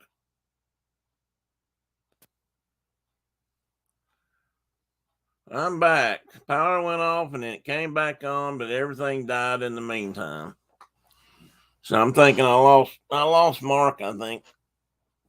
He probably decided if I'd left, he was just gonna leave. Oh, let me see if I got anything from him. Nope. Oh, there he is. There you are. Here I is. His you is. You ain't. My baby. Man, that was a surprise. Let me see if I can find Robert. Are you getting all? You got a thunderstorm going on or something? No, ain't nothing going on. They just decided to cut out, I reckon. The crap. Trying to get back to the picture I was at. Electrified up the whole state back there. Yeah. Put us on the grid. Put you on a grid. You even worked for them.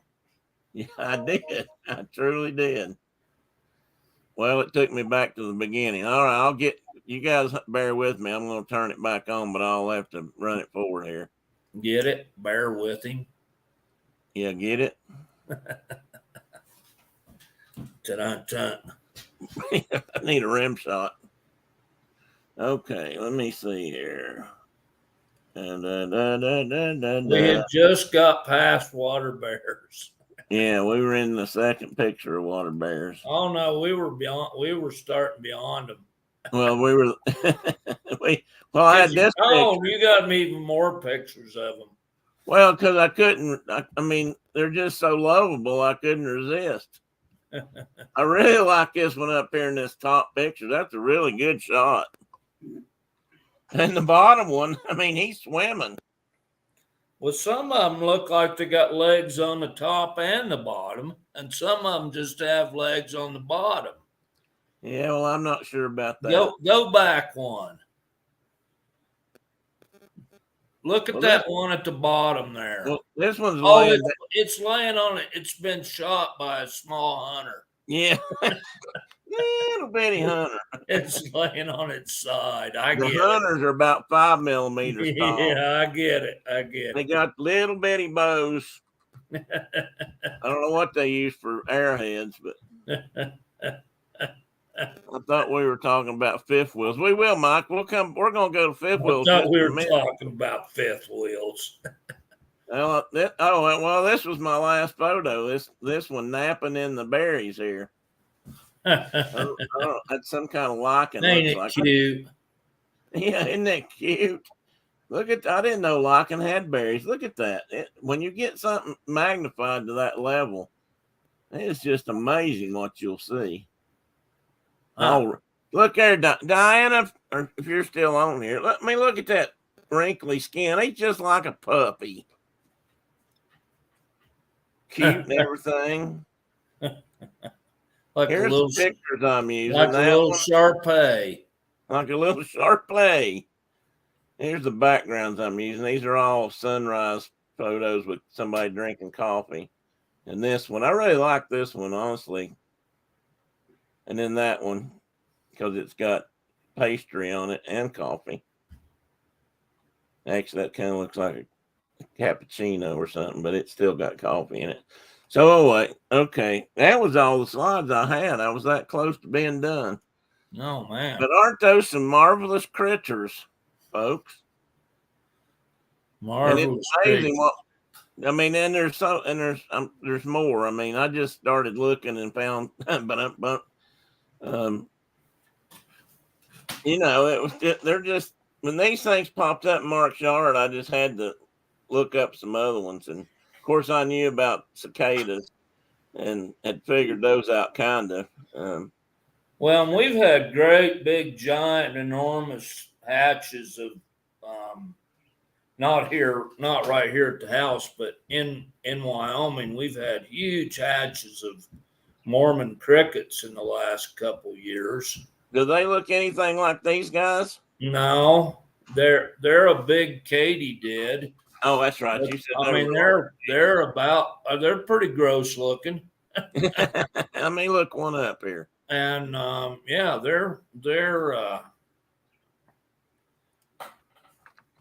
you know they have the Mormons in Utah have a story about the miracle of the gulls, where Yeah. the Mormon crickets came in, were eating all their crops, and the gulls came in and helped save them These by guys. This, eating crickets. And this guy looks more like a. Oh they're my goodness! Look at that. just Oh, let nasty. me. You want to see something creepy here? Let me whip something on you. You're gonna like this. Oh, you didn't even talk about horsehair worms. Oh, I forgot to put them in there. I think I've got some pictures. Bear with me. They're creepy. Yes, they are. Now, let me back this up before I start it. I'm going to start it where it's now. Here we go. This is a Mormon cricket, folks. That's a Mormon cricket. I can't really blow it up. But they're about that big. They're not little bitty things. Oh, really? Oh yeah, they're so we had a hatch of them over in Douglas, Wyoming, and they just covered the streets. I mean, they were literally like up the walls of buildings and covering the streets. Like this? Yeah, like that. I thought you. They were so bad they were making people that it was like driving on ice. Wow. So when they were driving their vehicles down the road, there were so many of them on the road that it was making the road slick. Think about that. That's the things they make horror movies out of. And they definitely are crop pest or can be crop pests. Well, you can see right here in this image. There's that one. There's some of these look much bigger than others. Do they? They don't fly, I don't guess. I think they can. Well, some of these don't look like they have wings. Some of them might, though. Like I said, they're katydids. They're not crickets. Yeah, that's And yeah. so I think the ones I've seen, I think they have wings. So That's what Tina said. she's watching 54-inch TV. Show to God they're not that big. How big are they, Tina? Are they like this on a picture? That picture probably looked pretty darn big.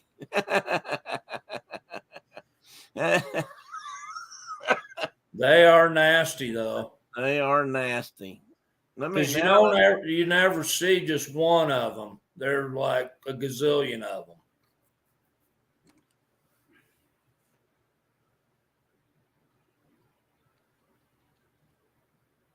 Oh no! Now you're going to this nematomorpha, nematomorpha. metamorpho, the horsetail hair. Can you see that on the screen? I can. Good. You can. I think everybody can. About a foot long. She said they look like they're about a foot long. That would be scary. And I don't think a seagull could eat that either. This guy right here. So does that mean they're in the nematode family? No, they're not. They're No? nematomorpha. They're in that form, but they're not in that family. Okay. There's some really cool stuff. There's one emerging from its host. Yeah, these things are very parasitic. They live mostly in grasshoppers and crickets. They crawl up in a grasshopper and basically suck it dry. And the really cool thing about them, there's one in a tree, is that when the grasshoppers and crickets that they infect, just before they die, they get the urge to go to a water source. And they go to like a pothole or, some water out in the desert or whatever, and die in the water. And then the adult horsehair worm emerges.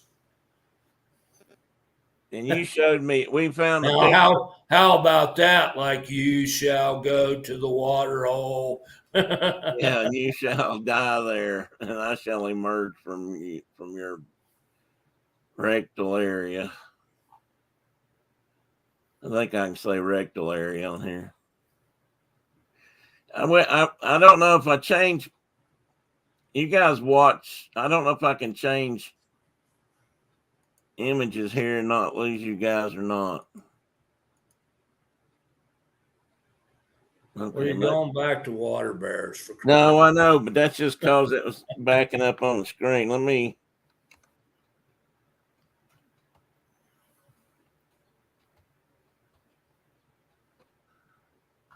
I want to see if I can find some better images like we looked at yesterday. Now, this isn't a worm like your dog gets or something. I don't know, Mark. Can you answer that? She's asking a good question. Is this where dogs get leptospirosis? I don't think so. Yeah, I don't know. I'd have to look that up. Here's what they look like coming out in the water. Oh,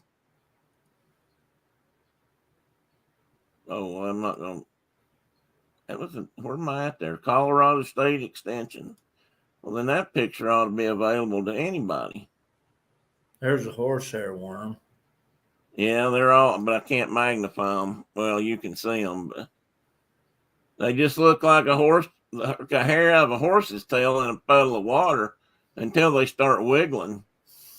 Yeah, so I've seen them in like mud holes out here in the desert, and literally it just looks like a horse had been through there and lost some tail hair. And all of a sudden it's like moving about, and you're like, whoa, what is that? Oh, I found a couple of pictures on here that I'm not going to show.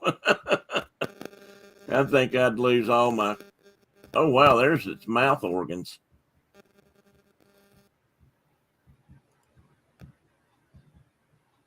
See if this will grow up to be a big picture. May not even show up. That's a real paper though about them. It's not going to do it. I thought, but look at this is what the mouths on them look like. Well, parasitizing. You got to get that close to them. You're way too close. Yeah, you're way too close. You can see that hand right there. There's one in the hands. That's what they look like right there.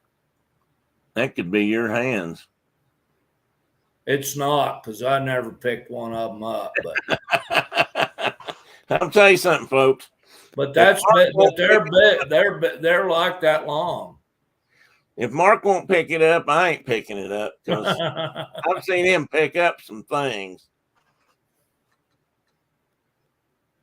There's is that a X-ray of a hopper with one in it up above, right there to this one? That one.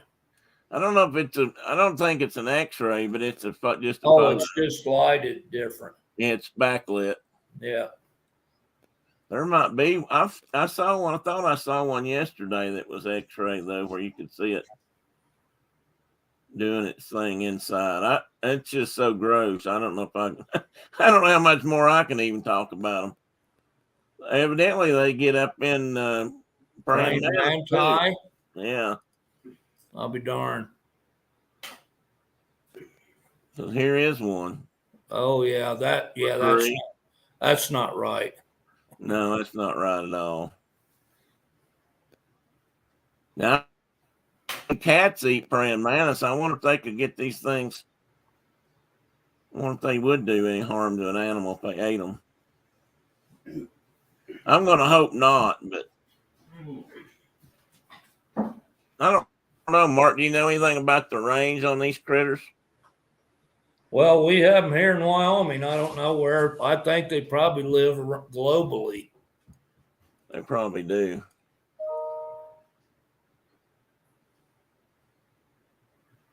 Anybody want to see anything else? Mike, did you want to look at fifth wheels? What did Mike say? He had a question. He said something because Tina's thanking him for it. If you want to look at fifth wheels, Mike, I can pull some up. Or fifth wheels with a trailer. You want to look at some toy haulers?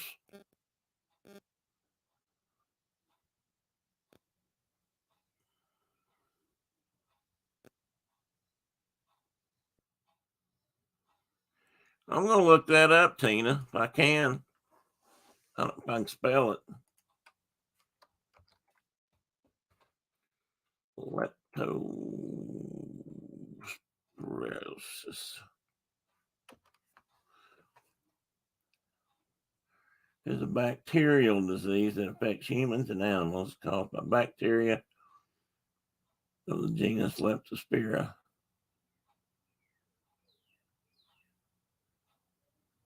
Oh, people can get it too.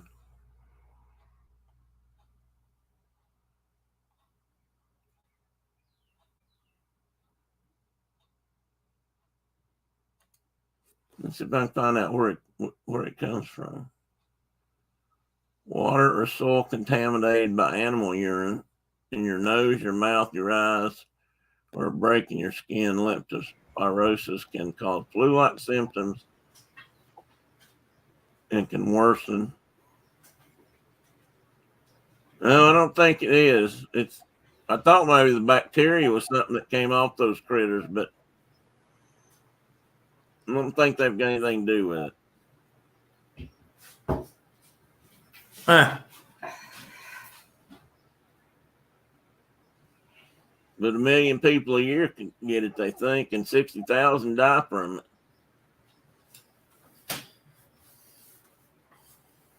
Huh. Man, we're learning all kinds of bad things. It was on the card that they issued us department employees. We had a card that we carried with us. It was kind of a medical card. Yeah. If you went into the hospital with some unknown ailment, you'd show the doc this card, and it had like 50 wildlife diseases on it that we might get. And leptospirosis was one. Leptospirosis is one. Wow. Yeah. That's still on my billfold. I can just whip that out and I might have the hydrophobia. Well, you might as well because you could. Although I had took shots for that. So how many times did you do that? Twice in my career. So how far apart? How long did they usually last? I don't know. The first, I still had titers for it when I got the second one, but they were like, "Oh, we're going to give you a booster anyway." So I'd like to have my blood tested just to see if there's anything in there. I haven't had it in 20 years. I bet it's all gone, but if it was, I don't know. It was probably 15 between my two. Yeah. And we're talking about vaccinations for rabies, folks. There is a vaccine that humans take. I don't know if yours was different, but mine was a series of 3 shots. And then they were separated by a measured number of days. Seems like it was like 7 days, and then 2 weeks, and then 3 weeks, or something like that. This difference between the shots. That sounds about right. And then they would, come back and check your titer and see if it was still in your blood. And if it was, you didn't need shots, and they'd do that every so often until it turned out that you needed a new booster or then shot. You could get bitten by bats and skunks and coons and whatnot. Not worry about it. And you were good. Yeah, good to go. I thought that made me feel a lot better handling bats. I mean, yeah, because I don't think I ever picked up a bat that I didn't get bitten by it. Well, if you had your barehanded, I'm sure you did. We usually had gloves on, but we did handle them a little bit. Well, my neighbor just had a long-eared, northern long-eared bat in her barn, which was cool. She got a really good photo of it. What is this? I'm like, well, that's a northern long-eared bat. Cool.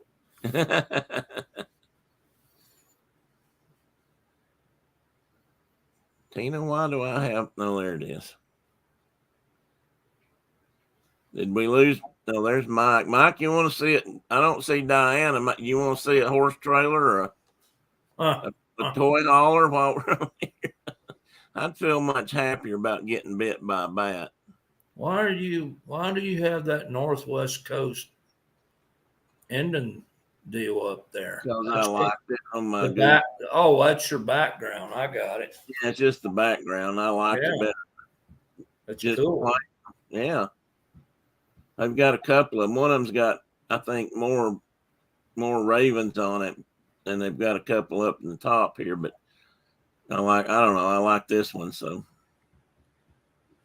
I kept it on here. Diana doesn't need to see a horse trailer. Oh, Diana, sorry, we didn't realize you were still with us. Wait, no horse trailers to be seen here. Nope. We wouldn't do. No toy haulers. We wouldn't want to look at that. Mike, see if you can find a picture of a half-top horse trailer. A half-top horse trailer. Yeah, see if you can find a half-top.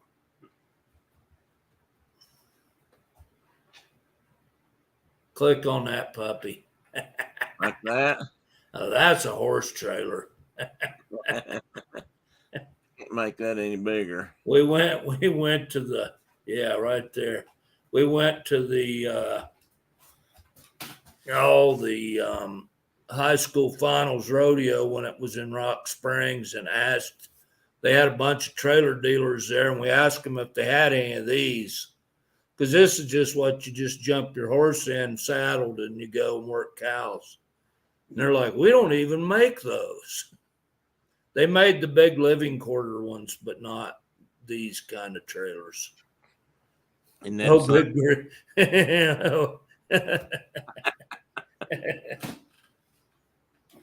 these would be, you'd have to tell, these are more like camping. This would be more like real camping, whereas the horse trailer combo fifth wheel is more like glamping.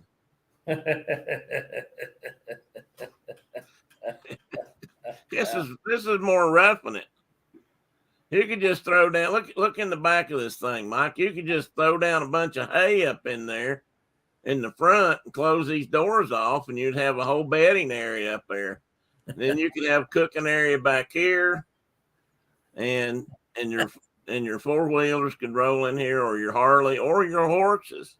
This would actually be pretty handy. And if need arose, you could just haul horses in it. And look how pretty that wood is. Yeah, look at that. And you could stain that, and it would look even better. And if you had horses in it, it will be stained. That's what Diana said. Mike roughing it. She thinks that's funny. Yeah, or the horses can stain it for you in their own natural way. Yeah. So look at that gate there. You can close that off. You could even put a bear up in there if you needed to. You could. You might even could catch one up in there. Lay a few donuts in there. Leave your donuts in there and leave that gate open in the right places. I guarantee you'll get a bear in there. Half-top horse trailers, huh? Well, now here's a fancier one. Well, now we're getting more into the other kind. I mean, look. Whoa, Mike, look at this one. I can open it. Woo, look at that. Look at that. It's got a bunk up here, I think. We might be on now. Not nice carpet in the floor for the horses to crap on, but it doesn't really have living quarters. Sorry. Got you excited over nothing there, Mike. And she's getting ready to launch this rocket. I want to see it because it's so fast, but okay, I'm back to that. Mike, he says he's not. He says he's not, but he's more of a princess than me.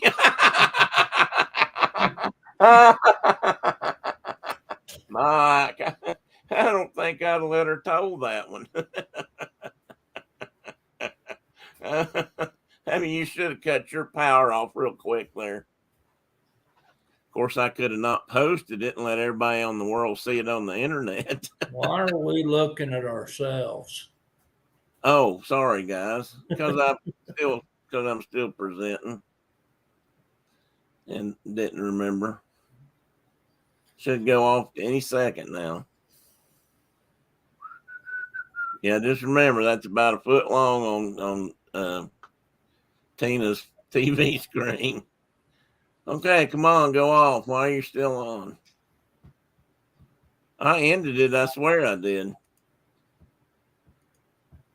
It's not on mine anymore. You don't see it? No. All I see is you and I now. Yeah, but I still see it I still see it on YouTube. Oh, Diana says it's gone. Okay. All right. Wonder why it's still showing up on my screen. That is some strange stuff. Because you're the key master. Yeah, I know, but I thought I had it turned off. It's still haunting me. Well, good. If you guys aren't seeing it, that's fine. Well, Diana, let me ask you a question now. We've discussed, you've spoken about the horse trailer and the toy hauler. But what if we wanted to talk about Basset Hound puppies? Where would you stand on that, for example? Oh, you know what? I know why I'm still seeing it. I hit the switch and I was no longer live. Shoot. I was backtracking on myself. You don't have a comment for that, Diana? Mike, you want to weigh in on getting some Basset Hound puppies and how that compares with, your idea of a fifth wheel? I'm not a marriage counselor. I'm a marriage wrecker. Sure, we can talk about puppies. I kind of thought you'd want to talk about puppies. Mike, what do you say about that? You can make her a deal. A couple of new puppies for, a new trailer, a couple of ponies. Oh, he's distracted. Okay. Does that mean you're beating him about the head and shoulders with a big stick?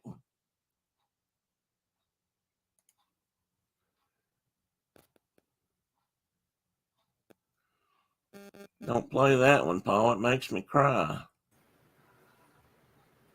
Oh, he'll talk about puppies.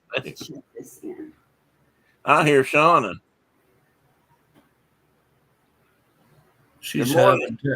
We're having technological difficulties. Again.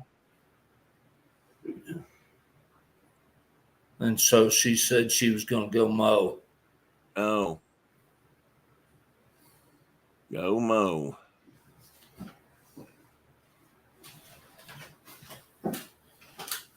You could just turn those horses. We have a whole pasture full of horses. That's what I was thinking. She just gave me the stink eye over that one. Just open that gate. You might have to sacrifice a little bird seed, but they get the grass down, I guarantee it. Well, they only eat certain grasses in the yard, and they leave patches that they don't touch at all. Different species. What's in those patches? Just grass they don't want to eat. Coarser stuff or whatever they go. They've got specific places they hit hard, including the bird feeders. What What do people out there plant for hay or grow for hay? Oh, Timothy and, stuff like that. Do they use fescue? No. Oh, that's good. No fescues. I didn't think so with horses. That's not a good Lots of native, mostly native grasses. And then, but most people put some Timothy in, and some people put a little alfalfa. Yeah. And well, it never hurts to fix a little nitrogen in your soil. Yep. But did you plant yours, or has that field just always been there? No, it was there. We bought the place. You see what Mike said? Yeah. My horses can stay. I offered last time. That's true. You did. That's true. In fact, you offered to take a pull up and hang around. You could just come here and pick them up, go on a little wander, come back, drop them off. Pull a camper in there, stay there for a day or two. Yeah, absolutely. I don't know what's making that noise. I thought I had that turned off. I'm telling you, people. Sometimes I can't. Sometimes I don't know if there's an actual noise or if it's just the ringing in my ears. Well, I have that problem too. It just was a beep beep. I had an opportunity, Mark, and I didn't take it. I don't know if I still can or not. Let me see if I've got it laying here. I got this letter in the mail. These people are offering to check my hearing. Really? I'm sure they were going to try to sell me, hearing, because I would need them. But they said they were doing, checking for damage to the eardrum. I have that. Fluid accumulation, I could have that. And other conditions which may make it difficult to hear clearly. I damn sure have that. Did I ever tell you about poking a hole in this ear? You got eyes picked? I did. Seriously. By who? Well, by myself. By a beech tree bud. Do you remember what beech tree buds look like? Nasty. They're like little spear tips on the end of a stick. So you got the eardrum, huh? Yes, I did. Dead center, my doctor said. I was walking on this side hill marking boundary line, and I slipped just a little bit because, it was really steep. Like a cow's face. And I slipped a little bit and grabbed a cow's face. Well, that's a saying up here. I grabbed the tree. I know that, but I haven't heard it for years. Well, it's that, and dark as inside of a cow's another one. Yeah. And I grabbed the tree and slid a little bit, and when I did, I felt this piercing, sharp pain, and I heard this right in this ear, and I knew immediately that I had stuck something in my ear. And I just assumed it was a twig of, a tree. I knew it was something on the tree because I was just in a, brushy area. And I didn't know what to do. I was out in the middle of BFE by myself and miles from my truck and many, many miles away from any kind of medical facility should I need it. And I wasn't sure if, I damaged my inner ear, if fluid was going to run out, if I was going to be staggering around because I couldn't get my balance but I plucked that mother out of my ear and it was no kidding, a beech bud about that long and just pointed like a needle. Those things are tough. I never dreamed that you could do that. And I no blood was coming out. So I thought, well, that's surprising because it went in deep. And I went ahead and turned around and started back for the truck. And when I got there and went to the office, and then I went to the doctor, I think that night, to have him check it. And my doctor the doctor I saw was looking at it. He said, "How'd you do this?" And I told him. And he said, you couldn't have hit your eardrum more dead center if somebody had aimed at it and tried. He said, you just drilled a big hole right through the center of your eardrum. So so ever since then, I've had some inner ear issues over here, needless to say. A little bit of nausea, kind of like a vertigo sort of thing, every once in a while. And it didn't help my hearing any over here, needless to say. If I'm laying in bed watching TV or something, I lay on this side, I hear pretty good. But if I lay on this side, it's You like don't somebody hear worth a darn. way down. So my middle daughter is an audiologist by training, and I asked her if I needed to get my hearing checked, and she goes, "Oh no, you're deaf." Oh no, you're deaf. Yeah. Diana thinks that Mike could just come play with your horse. He doesn't need his own.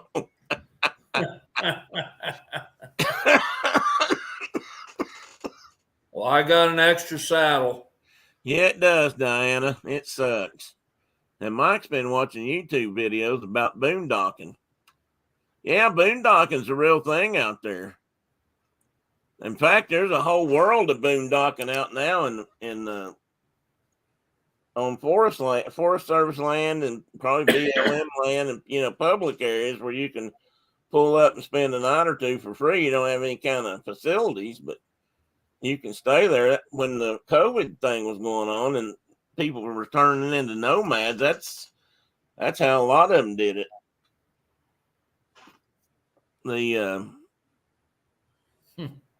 That'd be fun. I think you could. And first time I heard that term used in this sense was people were going into Walmart parking lots, and Walmart was letting people do that for a while.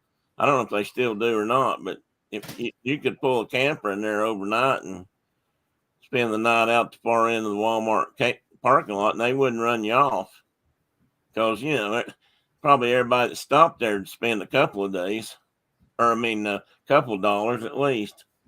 You could stay up to 14 days on one side. Yeah, that sounds kind of like our policy, Mike. When our public land, which was federally owned land, you could stay up to 2 weeks. Then you had to move, and you could move downriver, upriver, whatever, to another site, and you could camp for another 14 days. We have whole. If you go up in the Bighorns in particular, there are people and they've been doing this for decades. They'll move their camper up there for the summer and in through elk season typically. And they just switch sites every 14 days. Yeah. And they trade with their buddy or their uncle or their whatever. And those sites are constantly occupied. You just can't. I mean, it's almost like they've homesteaded the place, And some will if you let them. You give them a chance. Well, anytime we have some like get oil and gas boom or something here, we get a ton of people to do that anyway. Well, true. And they'll just go camp on BLM land. Yeah, we've had that down here when they were building like the nuke plant or something, or redoing something like that. They just move on to public land and think they can stay forever, and it's like no. No, not how it works. Yeah, I can still remember we had a gas boom in the early 90s and had guys camping out on the BLM land. And one guy, I got a call to go out and look at his camp, and he had a golden eagle on a tether that he caught it and had it on a chain out in his front yard, basically. And crazy stuff happens. Why would you think it was okay and you could do that, you reckon? Because they ain't got no sense. That's the simple answer, and that's the true answer. It's amazing what people will tell you when you go out and talk to them about, and they're doing something stupid, maybe not like that. I've never had anybody with a golden eagle trapped in their front yard, but it's amazing what stories people can come up with about why they're staying there, or why they're cutting the trees down, or how Right. they're helping us out by, keeping our campsite occupied. We didn't charge in the when you're out boondocking, if you will, but like I say, it doesn't mean you can stay there forever. And it's just amazing what the stories people come up with.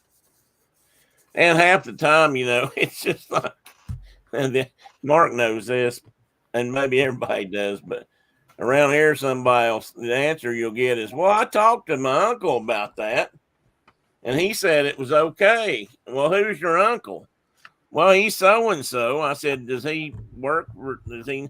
No, he asked this guy he knows at work. And you go there and you find out that the guy at work is really a cousin to the other guy who lives somewhere out in the next county.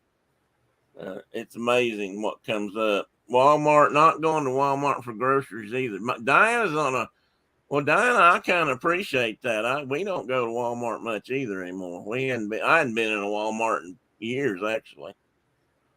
I used to. We used to work on Walmart's airplanes, but I don't know. Walmart wasn't always doing people right. They may be doing people better now because after COVID, they had to find workers again.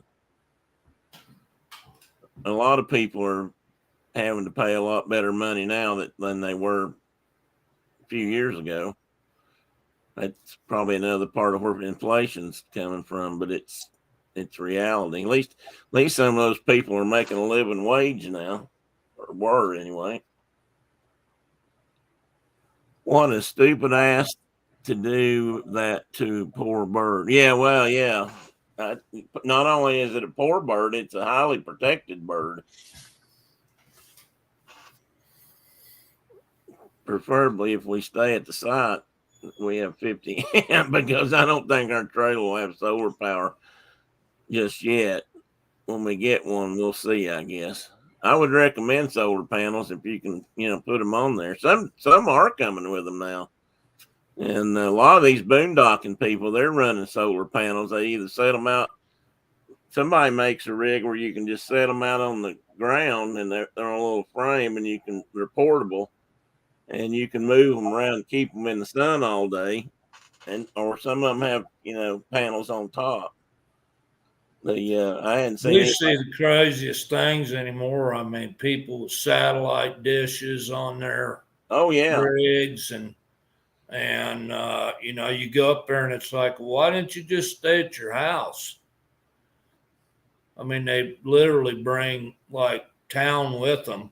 Well, now because of how things were going on during COVID, satellite reception was critical for all these people who were working away from home and didn't want to sit at home. They could go, a lot of people found out, some people found out at least, they could work from anywhere. My buddy Clay worked at TVA, and when they were sent home, as long as they could stay in touch via the computer, and if they didn't have a job where they had to be outdoors every day meeting people or something, they could do their paperwork sitting at a desk anywhere as long as it got in. So satellite reception for their internet was critical. And I knew a lot of people and there's still people that are doing that. And then again, there's some people that just go and watch a football game on their camper and don't do anything any different. And it would be cheaper to stay at home. Yeah, that's what we don't see a lot of the former. We see a lot of the latter, like, oh, we need to watch something on TV while we're up on the mountain. And it's like, well, why? Yeah, that's a little different. Mikey's a snowman. Mike says, I prefer shopping at the smaller grocery stores with less crazy people in them. You really think they're less crazy? Have you ever watched? There used to be videos. I don't know if they were on YouTube or somewhere else, but I can remember when some people were they'd go into a Walmart with a camera and just take pictures of the people in Walmart. that in and of itself was a show, and some of them are like my water bear there. You really didn't want to watch them too much. Wall Martians, they call them. Wall Martians. I thought that too, remote solar panels, but for sure we'll have a generator. Oh, yeah, well, you'd have to have a trailer. Yeah, you need a generator. If you got a diesel truck, Mike, to pull that fifth wheel with, you might as well have a diesel generator, and then you can, have a spare tank in the truck for both vehicles and run it that way. I'd like to have, if I was going to pull something like that, I think a big diesel would be nice. You'd get a little better gas mileage. I don't know if you get enough though these days to make it worth the price difference. I'm not sure how much diesel is right now.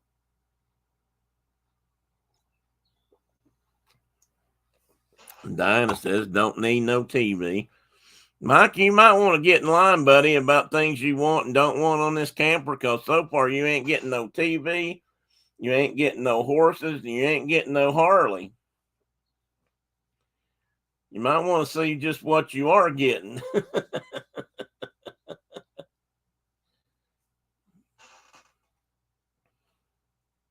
If there's going to be, whoops, lost him. I thought he went quiet.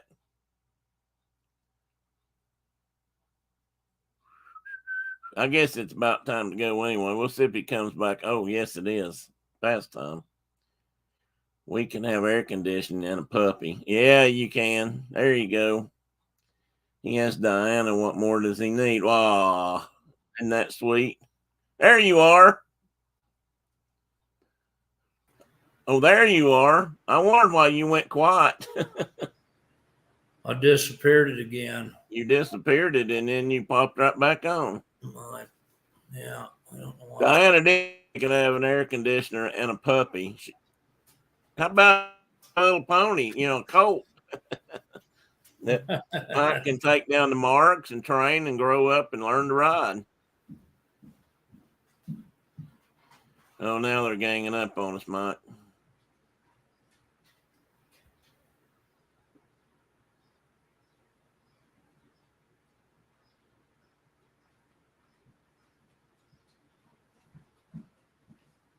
That enough?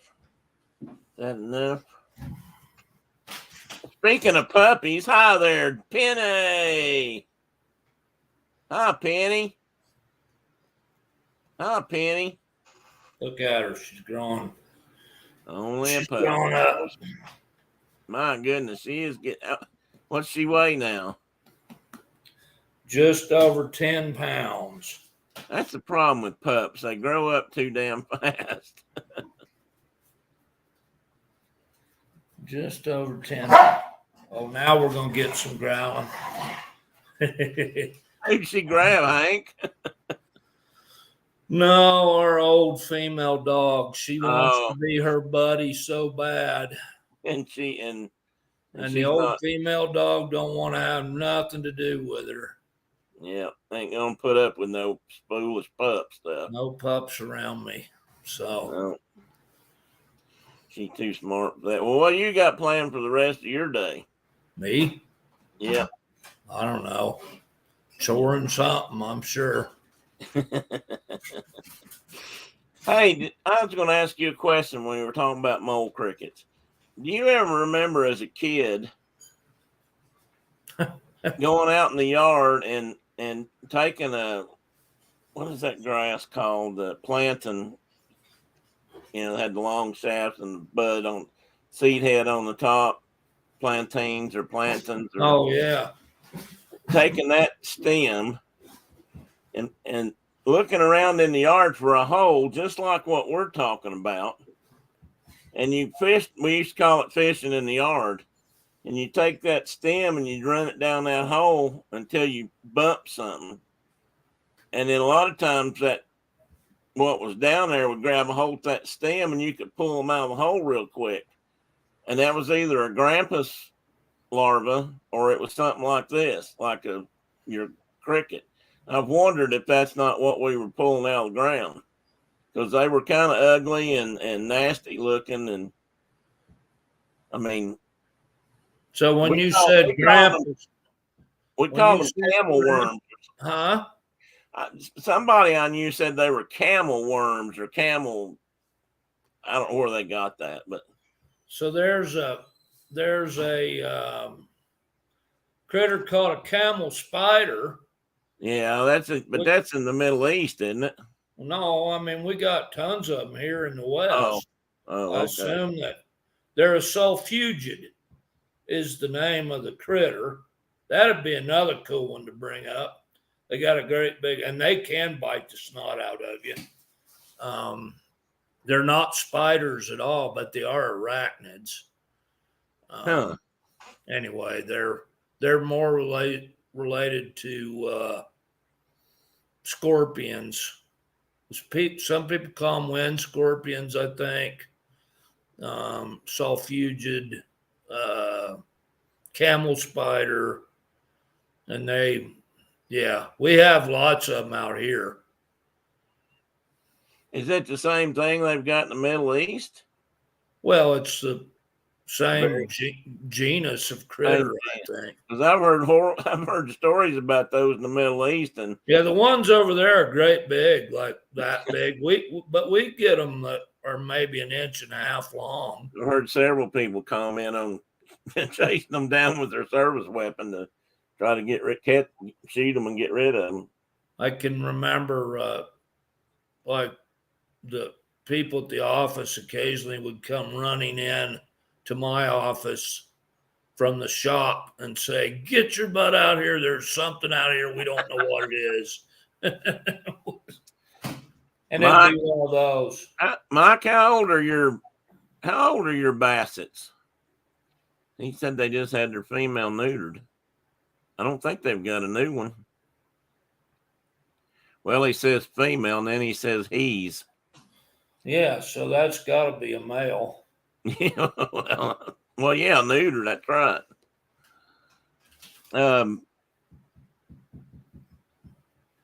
Or he's just trying to throw us off the trail. That could be it too. I know. So when you were talking about a grampus, did you mean like a Helgramite? Well, I don't know. That's what people I knew used to call them a grampus.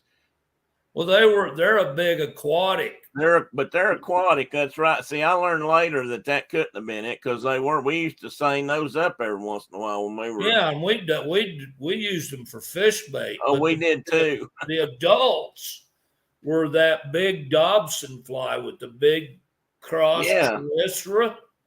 I mean, their front of their face looks like that, and they're about that long.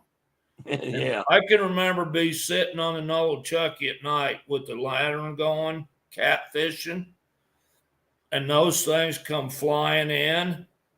And I mean, it was like getting hit by a bird. Yeah, it was. I've been hit by them. They hit pretty hard.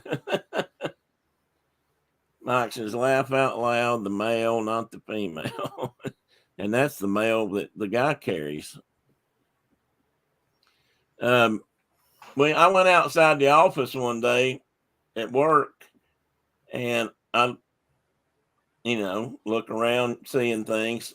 You notice things, you see critters, and I looked down and was looking, and there on the wall of the building was a wolf spider.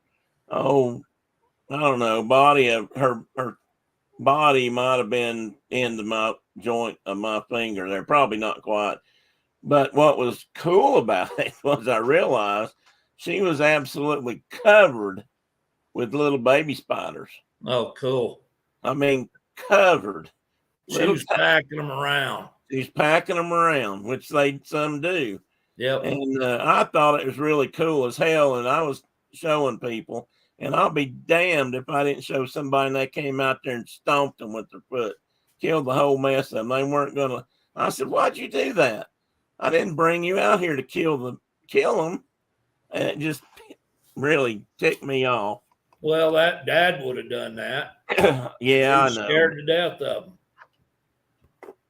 I thought it was such a cool thing because I'd never seen one, hauling that many babies around or hatchlings. And anyway, It was a little bit cantankerous because they're just like that too. They weren't going to let a spider have its day, no matter what it was doing, and it wasn't hurting anything. I guess they figured if it had that many children, they'd get out, or maybe they saw the Harry Potter movie and was afraid that they'd come after them when they walked through the woods at night. You're froze again, aren't you? He's froze again, folks. It's probably about time to let you guys go spend the rest of your day doing something productive. And this time he may not come back. I'm going to take him off the screen because he's gone for now. If he pops back in before we go, yep, there he's gone. Well, Mike and Diana, do you guys have any fascinating plans for the day? Oh, you're on holidays this week. Yeah, that'd be great, Mike. I'll probably be around. I don't know. I don't think I've got any doctor's appointments this week. So I'll probably be here most of the week, actually. Brenda's going to drive up to see her mom tomorrow.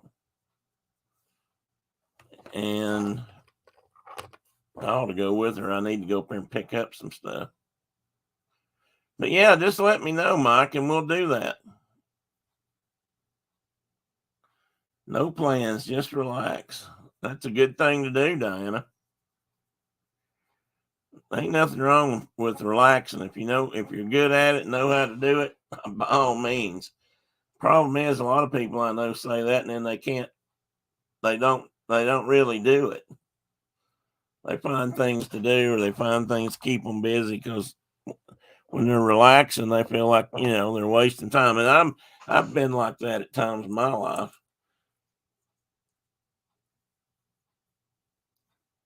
But then again, I've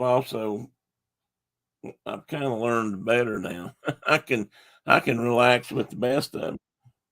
There he is. He's back. There you are. I was just telling everybody. Driving me crazy, and that's a short trip. Well, we'll go. We'll call it a day. Mike says our son wants to do some canoeing, so it looks like we'll go rent some. Oh, okay. Well, canoeing. Mark, it's a highly recommended activity. Yes. Mark and I have done a little bit of that in our day. I'm sure we've talked about it. Well, some of the things we did in canoes, we wouldn't advise until you've spent a little bit of time in one. We've paddled one a mile or two. You drug one more than that. Yeah. No, that's not true. We paddled one a long ways in the Boundary Waters. Canoed on Lake Huron. Remember, we surfed it back to shore. Then big barges would come by and we'd surf it back to.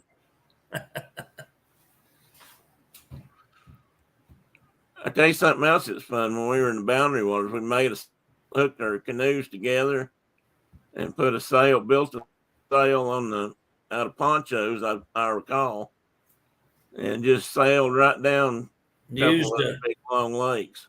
Used a paddle as a spar, yeah, or as a mast. Yes, we did.